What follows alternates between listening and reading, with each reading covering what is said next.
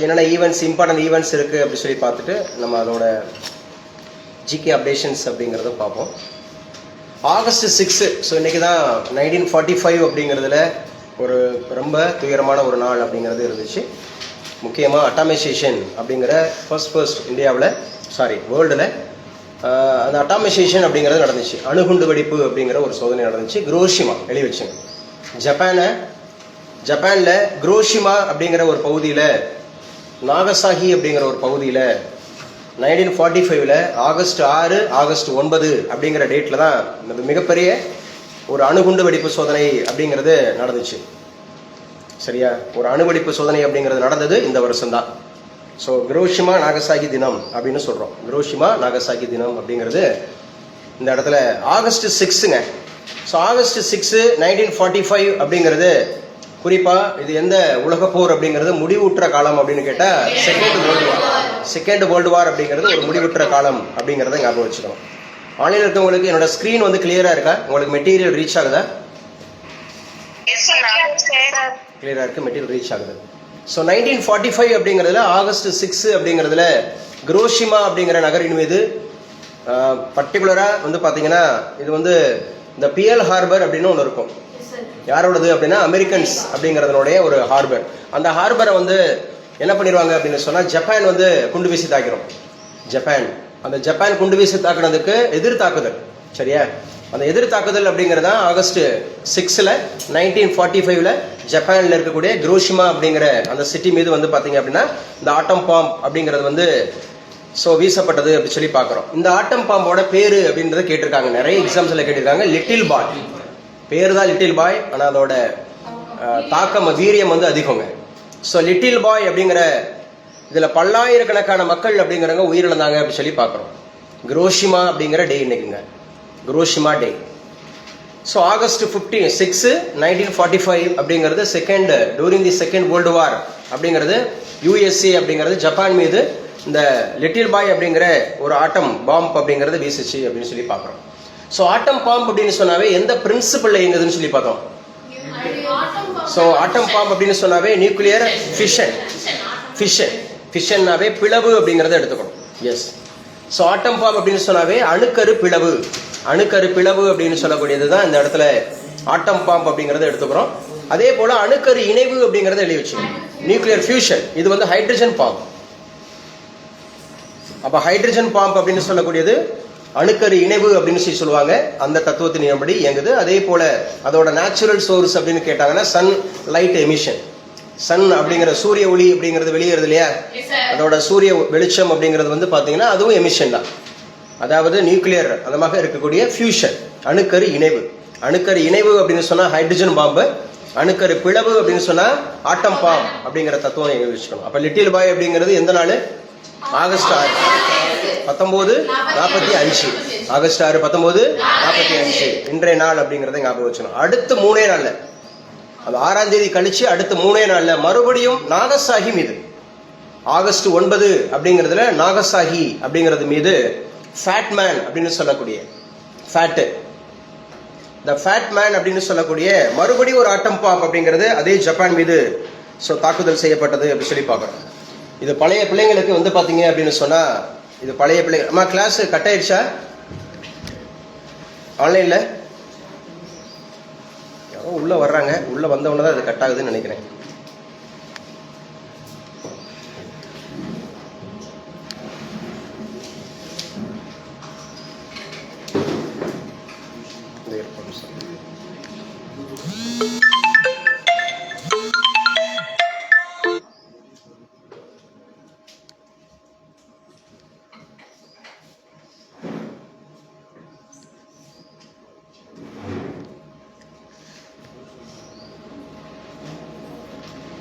இப்போ ஆன்லைன்ல இருக்கவங்களுக்கு கேக்குதா? அப்ப ஞாபகம் வச்சுக்கணும், நாகசாகி அப்படிங்கிற அந்த மீது வந்து பாத்தீங்க அப்படின்னு சொன்னா எந்த நாள் அப்படின்னா ஆகஸ்ட் 9 அப்படின்றதுலதான் நாகசாகி அப்படிங்கிற பிளேஸ்ல இந்த குண்டு வீசப்பட்டது அப்படின்னு சொல்லி பார்க்கறோம். நாகசாகி அப்படிங்கிறத இந்த குண்டு வீசப்பட்டது.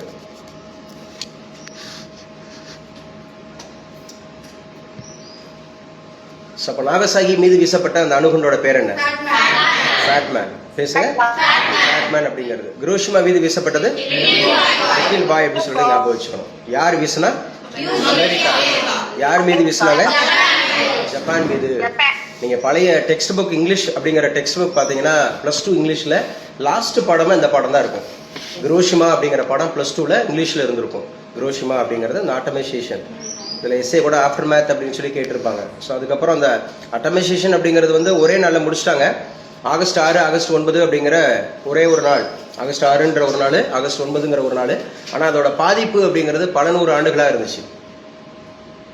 நம்ம நினைக்கிறது ஆக்கம் அப்படிங்கிறது வந்து பார்த்தீங்கன்னா பல 100 ஆண்டுகள் ஆகும். ஆனால் அழிவுங்கிறது ஒரு நொடி பொழுதுல ஆயிடும்.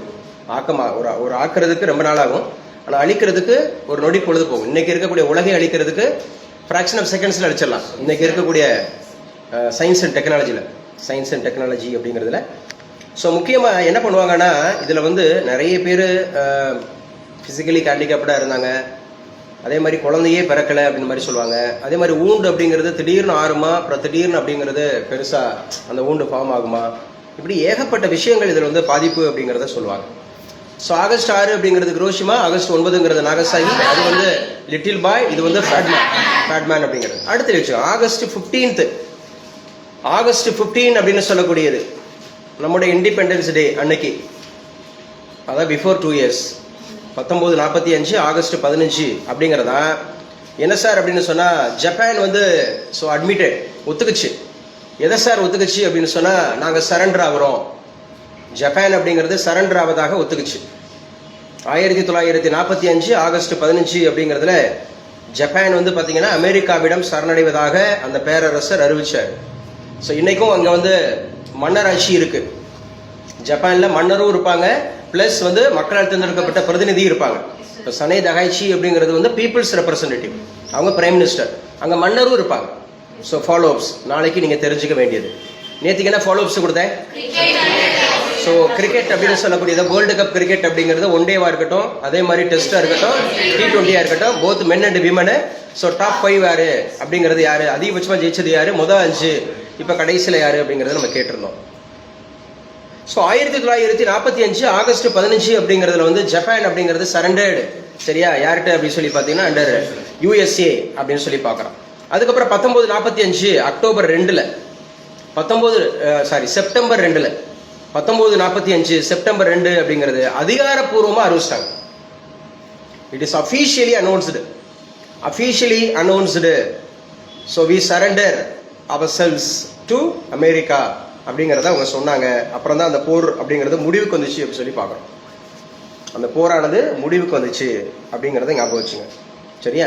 அப்போ ஆகஸ்ட் 6 அப்படிங்கிறது 1945 அப்படிங்கிறது குரோஷிமாவா? ஆகஸ்ட் 9 1945ங்கிறது நாகசாகியா? ஆகஸ்ட் 6 அப்படிங்கிறது வந்து லிட்டில் பாயா?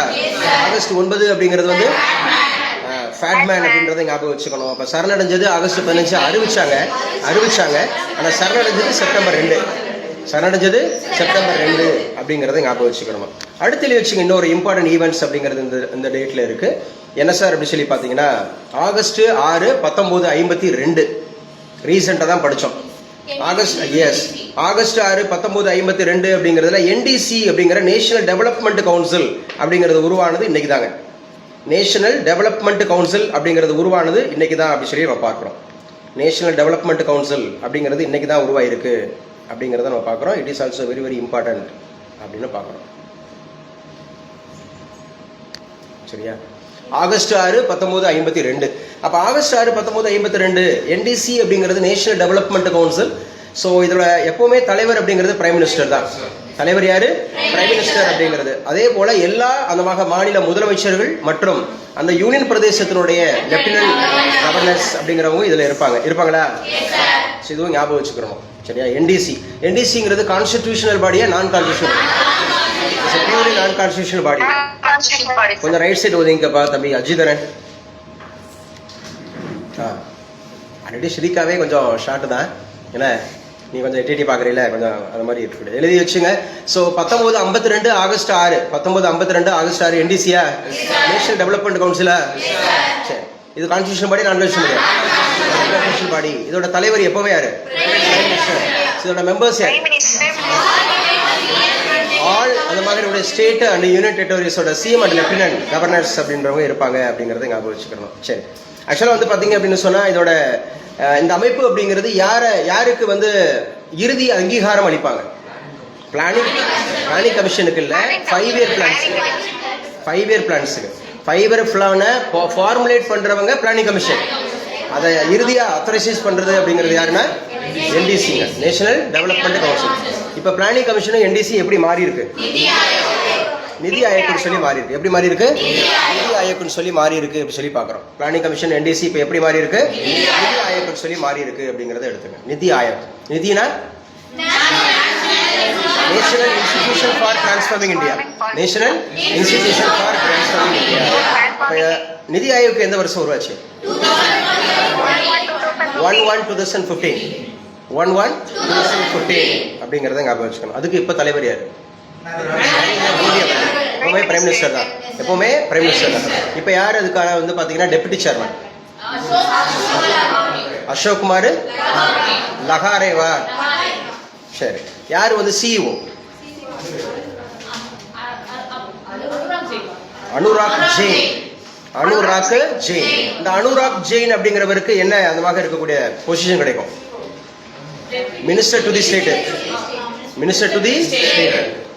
பட் டெபுட்டி சேர்மனுக்கு கேபினெட் மினிஸ்டர் அப்படிங்கறத ஞாபகம் வச்சுக்கணும். தமிழக பட்ஜெட்னாவே ஆர்டிகல் என்ன? 202 202. இந்தியாவோட பட்ஜெட்னா 112. இந்தியாவோட பட்ஜெட் 112 அப்படிங்கறத ஞாபகம் வச்சுக்கணும். ஸோ பட்ஜெட் அப்படிங்கிறதுக்கு நமக்கு வந்து அதிகாரப்பூர்வ பேர் என்ன? Annual financial statement. ஸோ அப்போ டிவிகேவோட முதல் பட்ஜெட் என்னைக்கு அறிமுகமானது? ஆகஸ்ட் 5. யாரு பினான்சியல் பட்ஜெட்டை கொடுத்தா? மரிய வில்சன் எந்த தொகுதியில் தேர்ந்தெடுக்கப்பட்டார்? நகர் அப்படிங்கறத எடுத்து. அப்ப இன்னைக்கு யாரு கொடுத்துட்டு இருக்கா? அக்ரிகல்ச்சர் மினிஸ்டர் எந்த திருக்குறளை கோட் பண்ணாரு? சரி, இது ஃபாலோ அப்ஸுக்கு எந்த திருக்குறள், அந்த திருக்குறளோட அர்த்தம் சொல்லணும்.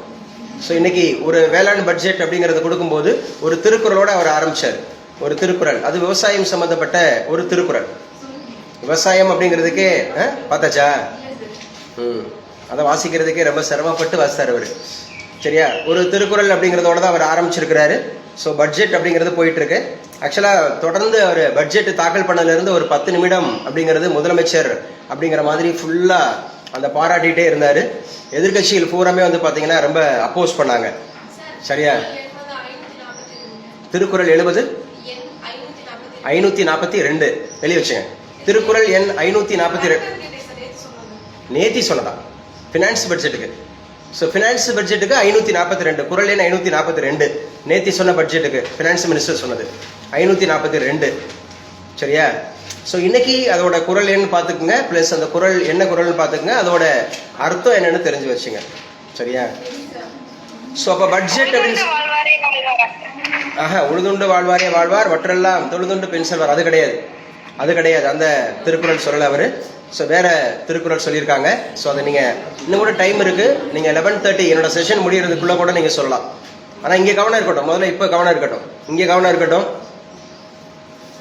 அப்ப எப்பவுமே ஒரு குறள் அப்படிங்கறத சொல்றாங்க. அவங்க சொன்னது இன்னொரு கூட அழகான ஒரு குறள் இருக்கு. சுழன்றும் ஏர் பின்னது உலகம், அதனால் உழன்றும் உழவே தலை. அப்படிங்கிறது இதுவும் வள்ளுவர் சொல்லியிருக்கிறார்.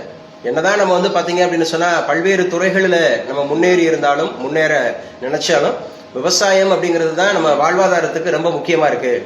அதான் நமக்கு சாப்பாடு கொடுக்குது, அப்படித்தானே? அதான் நமக்கு சாப்பாடு கொடுக்குது அப்படிங்கிறதுல அது முக்கியமாக இருக்கு அப்படி சொல்லி பாக்குறோம். சரியா, அப்ப 542 பினான்ஸ் மினிஸ்டர். ஸோ குறள் எண் 542. ஸோ பட்ஜெட்டோட முக்கியமா இன்னைக்கு என்ன சார் இந்த பட்ஜெட்டோட முக்கியமான விஷயம் பார்ப்போம்.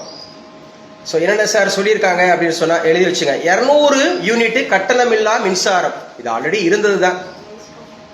ஸோ நேத்தி கூட சொல்லிட்டாங்க ஒட்டுமொத்தமா இது வந்து ஜஸ்ட் காப்பி பேஸ்ட் அப்படிதான் பண்ணியிருக்காங்க அப்படின்னு சொல்லியிருந்தாங்க. 140 தான் கிடைக்குதா? சரி, 200 யூனிட் கட்டணமில்லா மின்சாரம் அப்படிங்கிறது அறிவிக்கப்பட்டிருக்கிறது. ஸோ 200 யூனிட் அப்படின்னு சொல்லக்கூடியது. சரியா, கட்டணமில்லா மின்சாரம். அடுத்த வச்சுங்க நேத்திக்கு உண்டான இதுல ரொம்ப முக்கியமானது பெருந்தலைவர் காமராஜர் சிறப்பு பள்ளிகள், ஸ்பெஷல் ஸ்கூல்ஸ். பெருந்தலைவர் காமராஜர் அப்படிங்கிற சிறப்பு பள்ளிகள் கம்பல்சரி மெயின்ஸ்ல தமிழக பட்ஜெட் பற்றி ஒரு ஓவர்வியூ அப்படிங்கிறது கேட்பாங்க. மெயின்ஸ்ல, இன்டர்வியூஸ்ல, ஈவன் பிரிலிம்ஸ்ல கேட்கறதுக்கான வாய்ப்புகள் அதிகம். செப்டம்பர் 27 அப்படிங்கிறது குரூப் 1, அக்டோபர் அப்படிங்கிற குரூப் 2, டிசம்பர் அப்படிங்கிற குரூப் 4 அப்படியெல்லாம் உள்ள எக்ஸாம்ஸ். அதுக்கப்புறம் ஏஇ எக்ஸாம்ஸ் பிளஸ் வந்து பார்த்தீங்கன்னா ஏஓ எக்ஸாம்ஸ், அதுக்கப்புறம் எம்ஆர்பி எக்ஸாம்ஸ் பிளஸ் வந்து லீகல் சர்வீசஸ் எக்ஸாம்ஸ். தமிழக அரசால் நடத்தப்படக்கூடிய அத்துணை போட்டித் தேர்வுகளுக்கு முக்கியமானது. சரியா? இப்ப பெருந்தலைவர் காமராஜர் சிறப்பு பள்ளிகள், அதோடு கூட நவீன உண்டு உறைவிட பள்ளிகள். அது என்ன சார் அப்படின்னு சொல்லி பார்த்தீங்கன்னா residential schools, modernised residential schools அப்படிங்கறத ஆரம்பிக்கிறாங்க. ஹையஸ்ட் வந்து பாத்தீங்கன்னா ஸ்கூல் எஜுகேஷன் தாங்க கொடுத்துருக்காங்க இந்த பட்ஜெட்ல. ஹையஸ்ட் அப்படின்னு சொன்னா ஸ்கூல் எஜுகேஷன், இதான் வரவேற்கத்தக்கது. ஸோ எப்பவுமே அக்ரிகல்ச்சருக்கு பிளஸ் வந்து பாத்தீங்கன்னா இந்த மாதிரி அக்ரிகல்ச்சருக்கு தனி பட்ஜெட் இருக்கக்கூடிய ஒரு மாநிலமாக நம்ம தமிழகம் சிறந்து விளங்குதுங்க. ஒரு தனி பட்ஜெட்டாவே கொடுக்குறாங்க. இப்ப பெருந்தலைவர் காமராஜர் சிறப்பு பள்ளிகள் அப்படிங்கிறது, நவீன உண்டு உறைவிட பள்ளிகள் அப்படிங்கிறது 9ஆம் வகுப்புல இருந்து 12ஆம் வகுப்பு மாணவர்களுக்கு என்ன பண்றாங்க அப்படின்னு சொல்லி பாத்தீங்கன்னா எஜுகேஷன் ஃப்ரீ, ஃபுட் ஃப்ரீ, சீருடைகள் அப்படின்னு சொல்லக்கூடிய அவங்களோட யூனிஃபார்ம் ஃப்ரீ, அதே போல ஷெல்டர் தங்குமிடம் ஃப்ரீ. இது எல்லாமே விலை இல்லாமல் வழங்கப்படும் அப்படின்னு சொல்றாங்க. இது ஆல்ரெடி இருக்கா இல்லையா? இருக்கு.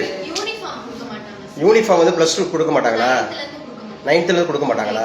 சரி, பரவாயில்ல. அப்ப அப் டு 8th வரைக்கும் தான் இருந்திருக்கு. கொடுப்பாங்களா? நீ எங்க படிச்ச நீ கொடுப்பாங்கன்ற? நீ பிரைவேட் ஸ்கூல்ல படிச்சு வச்சுக்கிட்டு மெட்ரிகுலேஷன்ல படிச்சு வச்சுக்கிட்டு எங்க கவர்மெண்ட் ஸ்கூல்ல படிச்சவங்க சொல்லுங்க. ஆமா, இல்ல நீங்க சொல்லுங்க. அதான் சொல்றாங்கல்ல, அதாவது என்னன்னா ஹாஸ்டல்ல படிக்கிறவங்களுக்கு மட்டும் தான் கொடுப்பாங்க அப்படின்னு சொல்றாங்க. அரசு பள்ளிகள்ல படிக்கிறவங்களுக்கு 9ஆம் வகுப்புக்கு மேல கொடுக்க மாட்டாங்கன்ற ஒரு குற்றச்சாட்டு வைக்கிறாங்க.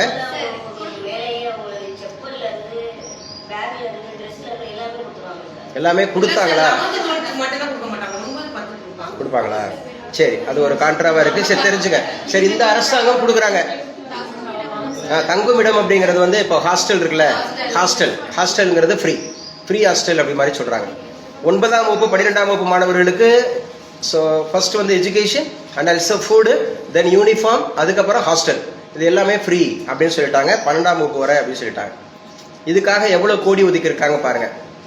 125 கோடி இதுக்கு மட்டும். இப்போ நான் சொன்ன விஷயத்துக்கு மட்டும் 9ஆம் வகுப்புல இருந்து 12ஆம் வகுப்பு மாணவர்களுக்கு கல்வி பிளஸ் வந்து பாத்தீங்க அப்படின்னு சொன்னா சீருடை பிளஸ் தங்குமிடம், விலையில்லா பாட புத்தகங்கள், இதுக்காக 125 கோடி ஒதுக்கி இருக்கிறாங்க.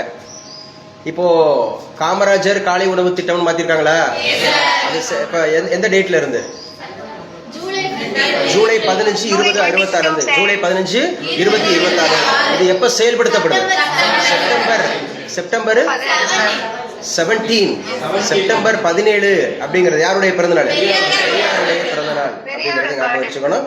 நம்முடைய பாரத பிரதமர் மோடி அவர்களுடைய பிறந்த நாளும் இருக்கு. அடுத்து வச்சுக்கோங்க, super clean super campus. Super clean super campus அப்படிங்கிற ப்ராஜெக்ட் ஒரு திட்டம். ஸோ பட்ஜெட் வந்து ரொம்ப ரொம்ப முக்கியம். இன்னைக்கு உண்டான கிளாஸ்ல ரொம்ப கண்டிப்பா கேட்பாங்க பட்ஜெட்.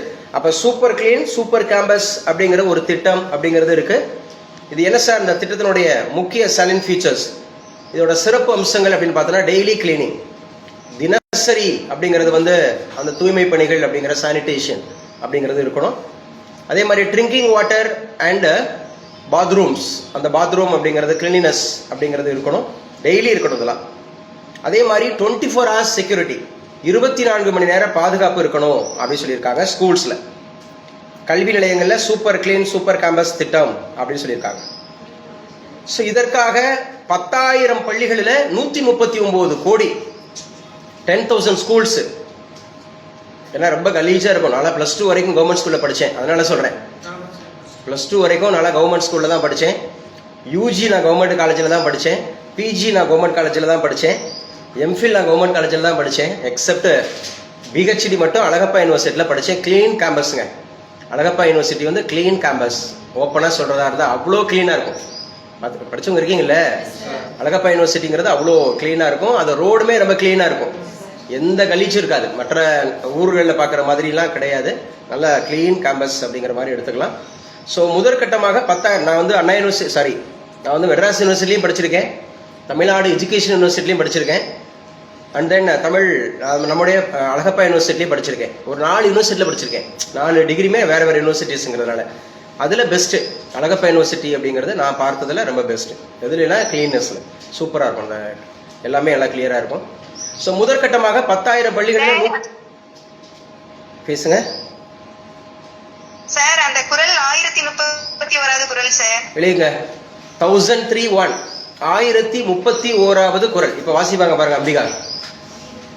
அம்பிகா இந்த 1031வது குறளை வாசிங்க. ஏற்பினது உலகம். இல்ல அது அவர் வாசிக்கலையே. சுழன்றும் ஏற்பினது உலகம். சார் சொல்லுங்க சொல்லுங்க கேக்குது. சுழன்றும் ஏற்பினது உலகம், அதனால் உழந்தும் உழவே தலை. இல்ல அது அவர் வாசிக்கலையே, அதான் வாசித்தாரு. நான் சொன்னதே என்ன, நீங்க சொன்னதுனால நான் சொன்னேன். சுழன்றும் ஏற்பின்னது உலகம், அதனால் உழன்றும் உழவே தலை. இது 1031வது குறளா? இது அவர் வாசிக்கல. அவர் வாசித்த குறள் வந்து வேற, அத்தாற்று ஏதோ சம்திங்லாம் வந்துச்சு. சரியா, நான் கிளம்பும் போது இருந்துச்சு, நான் குயிக்காக பார்த்துட்டு வந்துட்டேன். ஓகே, இந்த குறள் வந்து 1031. கிளாப் பண்ணுங்க, அவர் ஒரு குறள் சொல்லிட்டாங்கல்ல. அடுத்து எழுதி வச்சுங்க. பள்ளி நிறைவு திட்டமா சார் இன்னைக்கு வாசித்தது. இன்னைக்கு அவங்க நம்முடைய அக்ரிகல்ச்சர் மினிஸ்டர் வாசித்தது 1032. சந்தியா வாசி.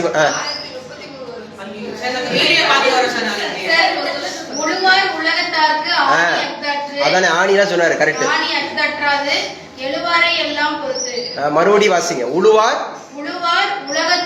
பாருங்க, உழுவார் உலகத்தாருக்கு, உழுவார் உலகத்தாருக்கு எழுதி வச்சுங்க.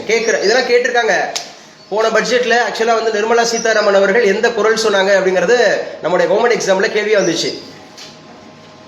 சரியா, உழுவார் உலகத்தாருக்கு ஆணி அக்தாற்று, அக்தற்றாது, ஆணி அக்தற்றாது, எழுவாரை எல்லாம் பொறுத்து. இந்த தூ அப்படின்னு முடிஞ்சுனாவே ஆக்சுவலா அது என்ன, அந்த மாதிரி இருக்கக்கூடிய வாய்ப்பாடு வரும். தூ குசுடு துபுருங்கிற எழுத்து முடிஞ்சாவே தமிழ் இலக்கணத்துல என்ன வாய்ப்பாடு வரும்? அதாவது சீர் அசை வாய்ப்பாடுன்னு பிரிக்கணுமா? அப்ப வாய்ப்பாடு பிரிச்சா என்ன பிரிப்பீங்க? தூணு முடிஞ்சா நிறைவு. இந்த இடத்துல நிறைவு, நிறைவு அப்படின்னு சொன்னாவே என்ன வாய்ப்பாடு? பிறப்பு, பிறப்பு. நிறைவுன்னு முடிஞ்சாவே என்னது? பிறப்பு. காசு அப்படின்றது வந்து நேர்புக்கு, காசு அப்படிங்கிறது வந்து நேர்புக்கு.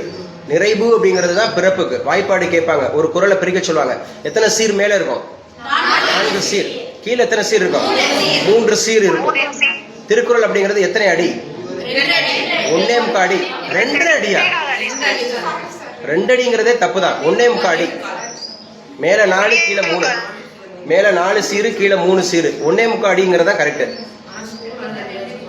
2 அடி வெண்பா. ஆக்சுவலா வெண்பா வந்து 2 அடி வெண்பான்னு சொல்லுவோம். 2 அடி வெண்பா. பட் அதோட அடி, உண்மையான அடி பார்த்தீங்கன்னா 1.25 அடி தான். அப்ப 1032வது குறள். அப்ப சுழன்றும் ஏற்பின்னது உலகம்ன்றது 1031வது குறளா? 1031வது குறள். சுழன்றும் ஏற்பின்னது உலகம், அதனால் உழன்றும் உழவே தலை. இதான் இந்த பழைய மதுரை வானொலியில வயலும் வாழ்வும் அப்படிங்கிற ஒரு நிகழ்ச்சியெல்லாம் போடும்போது இந்த பாட்டை தான் போடுவாங்க. கேட்டிருக்கீங்களா? இந்த மதுரை வானொலியில இந்த பாட்டு கேட்டிருக்கீங்களா?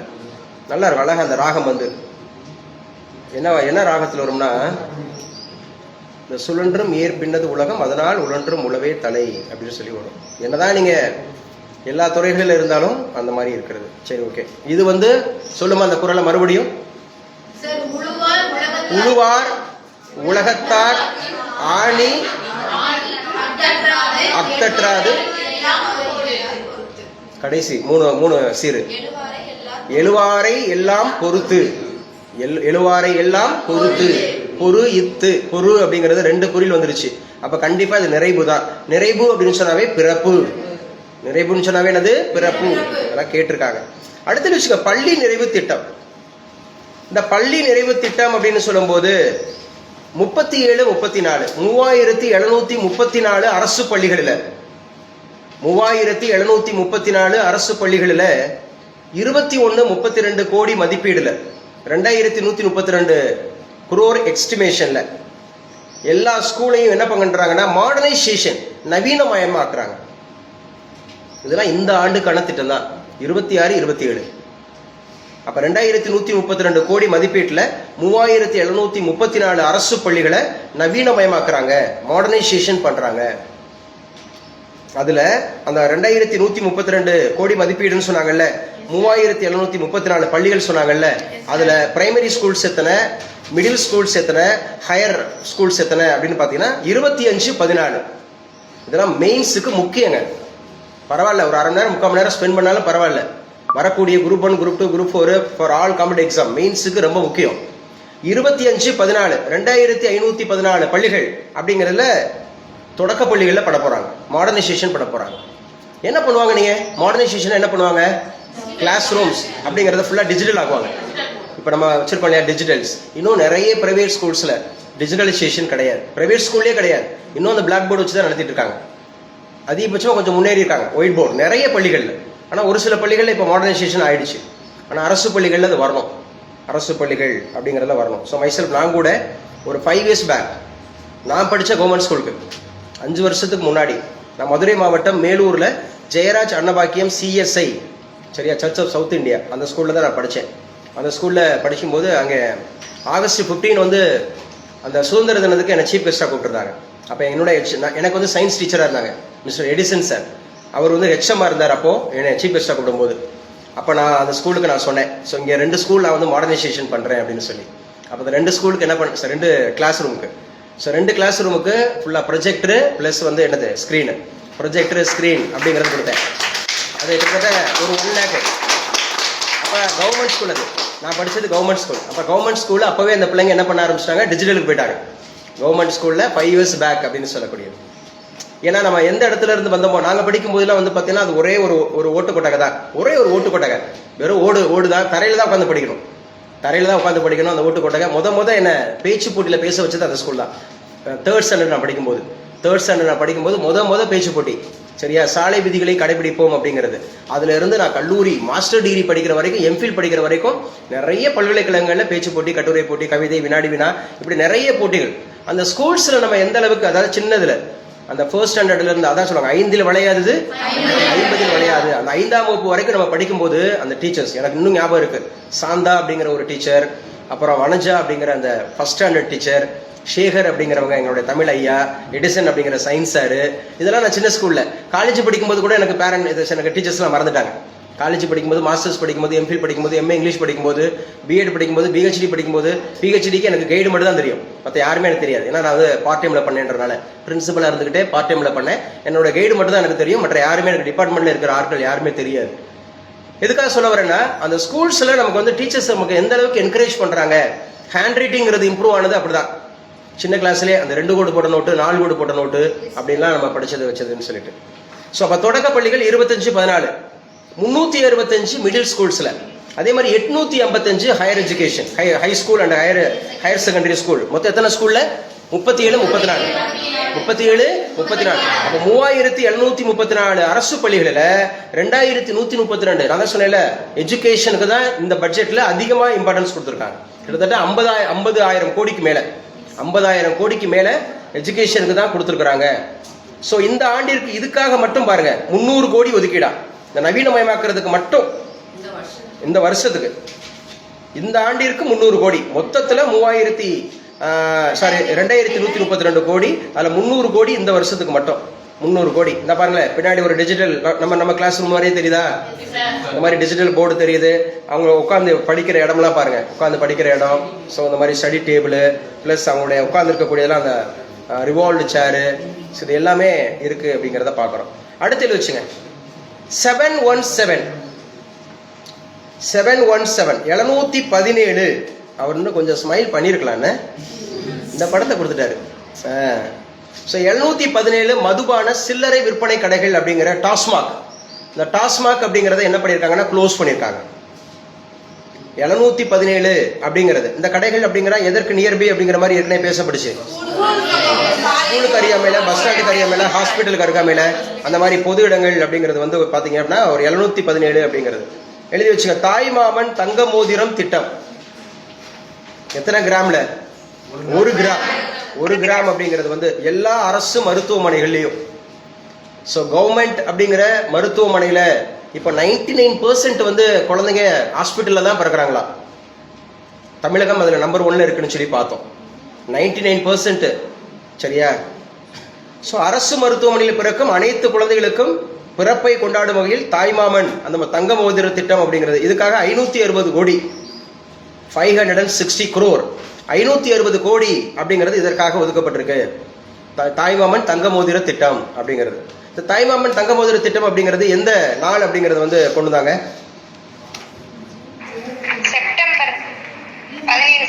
செப்டம்பர் 17 கொண்டு வந்துட்டாங்களா? ஏற்கனவே போன வருஷம் கொண்டு வந்துட்டாங்களா?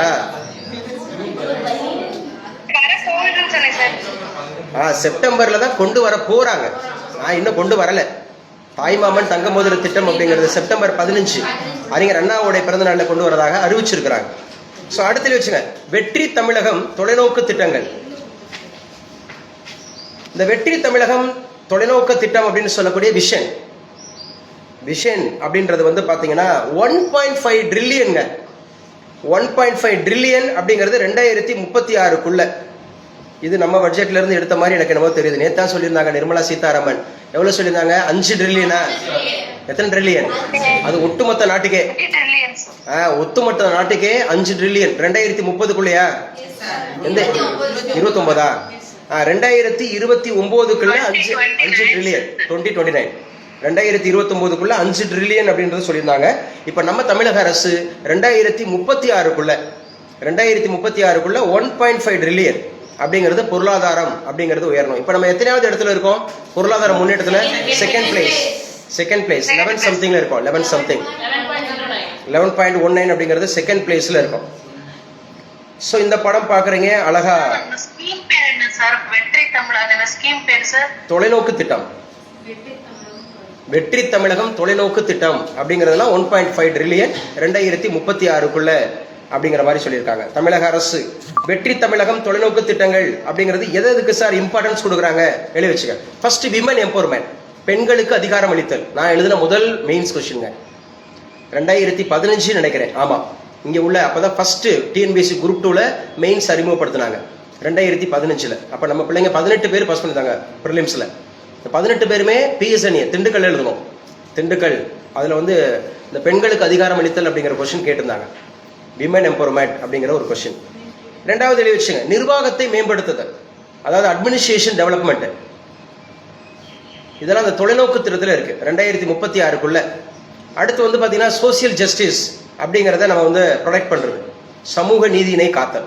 உண்மையாகவே இந்த அரசாங்கம் சமூக நீதிக்கு அதிகமாக ஃபண்டு ஒதுக்கியிருக்காங்க. பர்டிகுலராக ஷெட்யூல் காஸ்ட்டுக்கு, ஷெட்யூல் ட்ரைபுக்கு, பிளஸ் வந்து பார்த்தீங்க அப்படின்னு சொன்னால் மலைவாழ் அதமாக இருக்கக்கூடிய மக்களுக்கு அதிகமாக வந்து ஒதுக்கியிருக்காங்க. ஸோ நிர்வாகத்தை மேம்படுத்தல், சமூக நீதியினை காத்தல், அதுக்கப்புறம் அனைவருக்கும் வீடு, ஹவுசிங் ஃபார் ஆல், அனைவருக்கும் வீடு அப்படிங்கிறத சொல்லப்பட்டிருக்கு. அடுத்து என்ன சார் அப்படின்னு சொன்னா, அந்த பசுமை பரப்பு அப்படின்னு சொல்லக்கூடிய எவர்கிரீன் ஆர் ஈகோ சிஸ்டம் அதை உருவாக்குறது, பசுமை பரப்பு அப்படிங்கிறத உயர்த்துறது. அதுக்கப்புறம் சேஃப்டி ட்ரிங்கிங் வாட்டர், பாதுகாப்பான குடிநீர். சேஃப்டி ட்ரிங்கிங் வாட்டர் அப்படின்னு சொல்லக்கூடிய பாதுகாப்பான குடிநீர் வழங்குதல் அப்படிங்கிறத சொல்லியிருக்காங்க. இது எல்லாமே நம்முடைய வெற்றி அதமாக இருக்கக்கூடிய தொலைநோக்கு திட்டம் அப்படிங்கிறதுல இருக்கு. அடுத்து வச்சுங்க, வெளிப்படையான நிர்வாகம்ங்க. இது முக்கியமானது. இதுதான் ரொம்ப, ஒரு தேசம் வளரணும்னா, ஒரு மாநில அரசாங்கம், ஒரு அரசு வளரணும்னு சொன்னா ஒரு கண்டிப்பா வெளிப்படையான நிர்வாகம் இருக்கணும். லஞ்சம் லாவணியம் இல்லாத டிரான்ஸ்பரண்ட் அந்தமாக இருக்கக்கூடிய அட்மினிஸ்ட்ரேஷன், டிரான்ஸ்பரண்ட் வெளிப்படையான நிர்வாகம். அதே போல வலுவான நிதிநிலை, ஸ்ட்ரென்தன் ஃபினான்ஷியல் பொசிஷன். ஏன்னா காசு இல்லைனாலும் நம்ம வெளிப்படையா பண்ண முடியாது, சரியா? காசும் வேணும். அப்ப அது அப்படிங்கிறது இங்க முக்கியமான விஷயமா சொல்லப்படுது. அடுத்து அடுக்குமாடி குடியிருப்பு. அடுக்குமாடி குடியிருப்புனா என்ன இங்கிலீஷ்ல? அபார்ட்மெண்ட்ஸ். இந்த அபார்ட்மெண்ட்ஸ் அப்படிங்கிறதுக்காக குறிப்பாக மெட்ரோபாலிட்டன் சிட்டி, சென்னை பெருநகர் வளர்ச்சி குழுமம், அதில் வந்து பார்த்தீங்கன்னா இந்த மாதிரி வீடுகள் கட்டுறதுக்கு அனுமதிக்கிறாங்க. ஸோ அபார்ட்மெண்ட்ஸ் கட்டுறதுக்கு இது நிதிநிலை அறிக்கையில் சொல்லப்பட்டிருக்கு. ஒரு பைசாவும் தொடமாட்டோம், தொட விடமாட்டோம், தொட்டால் விடமாட்டோம், தொட்டவர்களையும் விடமாட்டோம். நல்லா இருக்கு. ஒரு பைசாவும் தொடமாட்டோம். இது எதுக்காக சொல்லியிருக்கிறாங்க? நேற்று பார்த்தோம்ல, ஆன்டி கரப்ஷன், சிபிசி, CBI, Lokpal, Lokayukta, financial corruption, என்ன கரப்ஷன்? Financial corruption. இன்ன வரைக்குங்க பாசிட்டிவா நிறைய பேர் அரசு அதிகாரிகள் புலம்புறதாக நேற்று கூட ஃப்ரெண்டு சொன்னார். நிறைய அரசு அதிகாரிகள் புலம்புறாங்களாம், முன்னாடியெல்லாம் நல்லா ஏர்ன் பண்ணோம், இப்போ எங்களால் ஏர்ன் பண்ண முடியல அப்படின்னு சொல்லி. இப்போ ஒரு ஸ்கூல் ஆரம்பிக்கிறதுக்கு லைசன்ஸ் வாங்கி தரேன்னு சொல்லிட்டு 100 கோடி ஏமாத்திட்டாரு அப்படின்னு சொல்லி ஒரு முக்கியமான அரசியல் பிரமுகர் சமீபத்தில் கைது செய்யப்பட்டார். அதுக்கப்புறம் ரீசெண்டாக ஒரு 3000 பள்ளிகள் தொடங்க. என்னமா பேர் சொல்லணும் ப்ளீஸ், பேர் சொல்லணும். இல்லை வேண்டான்னு சொன்னேன், எனக்கு தெரியும், அதனால தான் சொல்லலை, வேண்டாம். அதே மாதிரி 3000 பள்ளிகள் மெட்ரிகுலேஷன்ஸ் அண்ட் ஆல்சோ சிபிஎஸ்சிகள் பள்ளிகள் நம்ம தமிழகத்தில் தொடங்குறதுக்கு ஜீரோ காஸ்ட், எந்த விதமான அந்த அனுமதி கட்டணமும் வாங்கலை, எந்த அனுமதி கட்டணமும் வாங்கலை. அதுக்கு ஒரு பள்ளி தொடங்குறதுக்கு குறைஞ்சபட்சம் ஒரு 20 to 30 லட்சம் வரைக்கும் வாங்குவாங்களாம். அப்போ ஒரு பள்ளிக்கு 20 லட்சம் ரூபாய் அப்படின்னு சொன்னால் 3000 பள்ளிகள்ன்ற போது எங்கேயோ போய் நிற்கும் இல்லையா? அதெல்லாம் வந்து ஒரு பைசா வாங்கலை அப்படின்ற மாதிரி கல்வித்துறை அமைச்சர் அறிவிச்சாரு. ஸ்கூல் அந்த மாதிரி இருக்கக்கூடிய சங்கங்களுமே தேங்க் பண்ணாங்க, பரவாயில்லைங்க நாங்கள் கொடுக்க வேண்டியிருந்தது அப்படின்னு சொல்லி. இந்த மாதிரி ஏகப்பட்ட விஷயங்கள் இருக்கு. ஸோ இந்த மாதிரி இது தொடர்ந்தா நல்லா இருக்கும், சரியா? அதே மாதிரி கனிம வளங்கள் அப்படின்னு சொல்லக்கூடியது மற்ற மாநிலங்களுக்கோ மற்ற நாடுகளுக்கோ ஏற்றுமதி தடைன்னு சொன்னாங்களா? அப்ப கனிம வள ஊழல் பூரா கனிம வளத்துல தான் அதிகமான ஊழல் இருக்கு. இல்ல அதான் சொல்றேன், இல்ல அது வெளியில கொண்டு போறதுக்கு முக்கியமா, ஏன்னா கன்ஸ்ட்ரக்ஷன்லாம் பாதிக்கப்படுது, மற்ற மாநிலங்கள்லாம் பாதிக்கப்படுதுன்றனால. ஏன்னா ஒவ்வொரு மாநிலமும் அப்படி தடை பண்ணிட்டாங்க அப்படின்னு சொன்னா அப்ப எந்த ஊர்லயும், அதாவது கனிம வளம் இருக்கிற நாடுகள் மாநிலங்கள் வச்சுக்கிட்டாங்க அப்படின்னு சொன்னா அப்புறம் எந்த கன்ஸ்ட்ரக்ஷன் ஒர்க்கும் நடக்காது. புரியுதா? அப்போ வீடுகள் எதுவும் கட்ட முடியாது, வைக்க முடியாது, ஃபேக்டரிஸ் கட்ட முடியாது, அந்த மாதிரி. ஸோ இது நல்ல விஷயம் தான், பாசிட்டிவ், இதெல்லாம் பாராட்டத்தக்கது. அடுத்து பாருங்க, நிதி ஆதாரங்களை பெருக்குவதற்கான முன்முயற்சிகள் அப்படிங்கிறது மதுபான உற்பத்தியாளர்களுக்கு எழுதி வச்சுங்க. மதுபானம் உற்பத்தியாளர்களுக்கு கூடுதல் சிறப்பு கட்டணம் அப்படிங்கிறது 1000 கோடி கொடுத்துட்டு இருந்தாங்க, அது இப்போ இல்லைன்ட்டாங்க. 1000 கோடி. ஏன்னா இது எல்லாருமே இந்த மதுபானம் அப்படின்றது உற்பத்தி ஆலைகள் யார் வச்சிருக்கா அப்படின்னு சொல்லி பார்த்தீங்கன்னா எல்லா பொலிட்டீஷியன்ஸ் தான் வச்சிருக்காங்க. ஃபுல்லாக பொலிட்டீஷியன்ஸ், அரசு அந்த மாதிரி அரசியல்வாதிகள் தான் அது வச்சிருக்காங்க. அப்போ அதில் வெளிப்படையான டெண்டர் இருக்குன்னு சொல்லியிருக்காங்க, வரி மதிப்பீடு பத்திரப்பதிவுலாம் கம்பல்சரின்னு சொல்லியிருக்காங்க, கம்பன்சேஷன் பண்ணுவோன்னு சொல்லியிருக்காங்க. இதனால ஒரு 15000 கோடி வருதாங்க, எழுதி வச்சுங்க. அதாவது சரக்குல மட்டும், சரியா? சரக்கு மற்றும் சேவை வரி சொல்றோம்ல, அது அந்த சரக்கு இல்லை, அது குட்ஸு. இது வந்து பார்த்தீங்கன்னா லிக்கரில் மட்டும் 15000 கோடி கிடைக்குதான். அவங்களுக்கு 1000 கோடி என்ன பண்றாங்களா, ஏற்கனவே அந்த மாதிரி வந்து பார்த்தீங்க அப்படின்னு சொன்னா ஒரு கூடுதல் சிறப்பு கட்டணம் இருந்துச்சு, அதை கேன்சல் பண்றாங்க வருவாயை மேம்படுத்துறதுக்காக. இவர் தாங்க சூப்பரு, இவர் தாங்க மாண்டேக் சிங் அலுவாலியா அப்படின்னு சொல்லக்கூடியவர். மாண்டேக் சிங் அலுவாலியா இருக்கார் இல்லையா? இருக்காரா? இவர் தான் மாண்டேக் சிங் அலுவாலியா. இவருடைய தலைமை, இவர் தான் நம்ம 2014 அப்படிங்கிறதுல நம்முடைய டெபுட்டி சேர்மனா இருந்தவர். பிளானிங் கமிஷனுடைய கடைசி சேர்மன், பிளானிங் கமிஷனுடைய கடைசி சேர்மன் மாண்டேக் சிங் அலுவாலியா. ரொம்ப சீஃப் எக்கனாமிஸ்டுங்க அவர். மாண்டேக் சிங் அலுவாலியா அப்படிங்கிறது நம்முடைய பொருளாதாரம் அப்படிங்கிறதுக்கான சிறப்பு அந்த அட்வைசரி கமிட்டியில் வந்திருக்காரு. இதெல்லாம் பாராட்டணும்.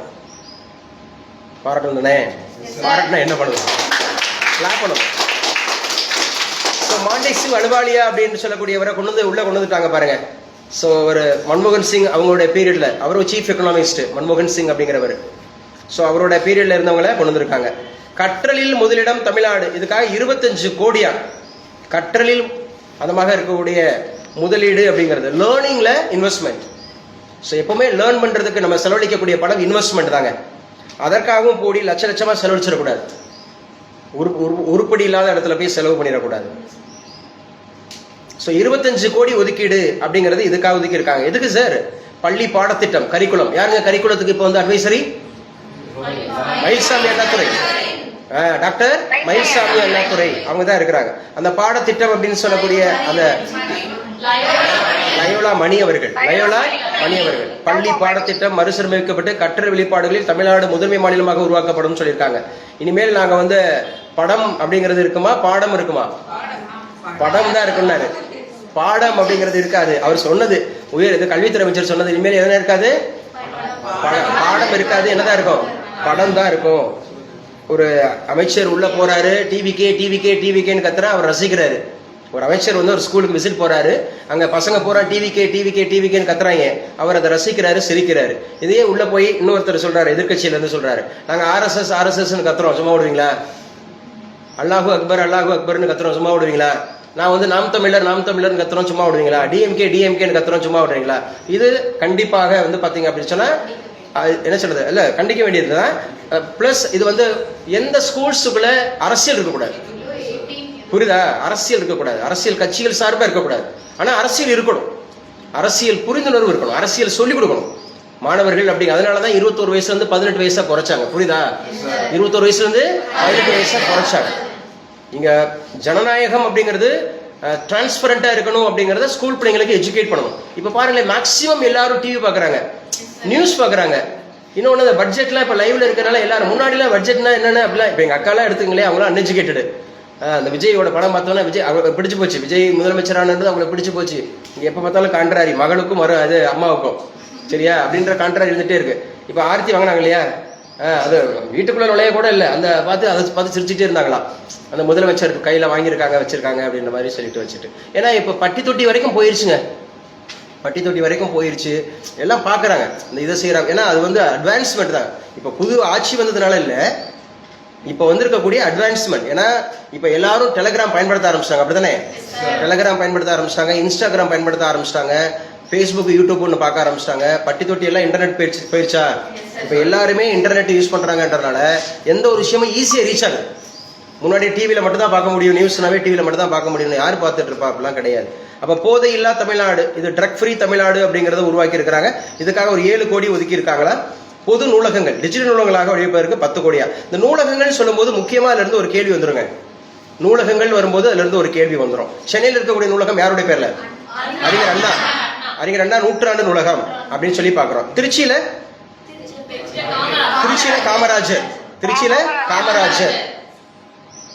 அதே கோயம்புத்தூர்ல பெரியார், கோயம்புத்தூர்ல பெரியார் அப்படிங்கறத எடுத்துக்கணும். மதுரையில கலைஞர் கருணாநிதி அவர்கள் நூற்றாண்டு நூலகம்.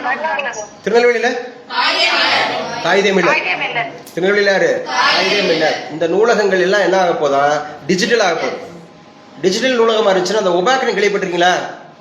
ஒபாக், ஓபிஏசி, ஓபிஏசி கேள்விப்பட்டது இல்லையா? ஒபாக் எழுதிங்க, online public access catalogue, online public access catalogue, அதான் ஒபாக். ஒபாக், ஒபக்னா oil and petroleum exporting countries, oil and petroleum exporting countries, அது ஒபெக்.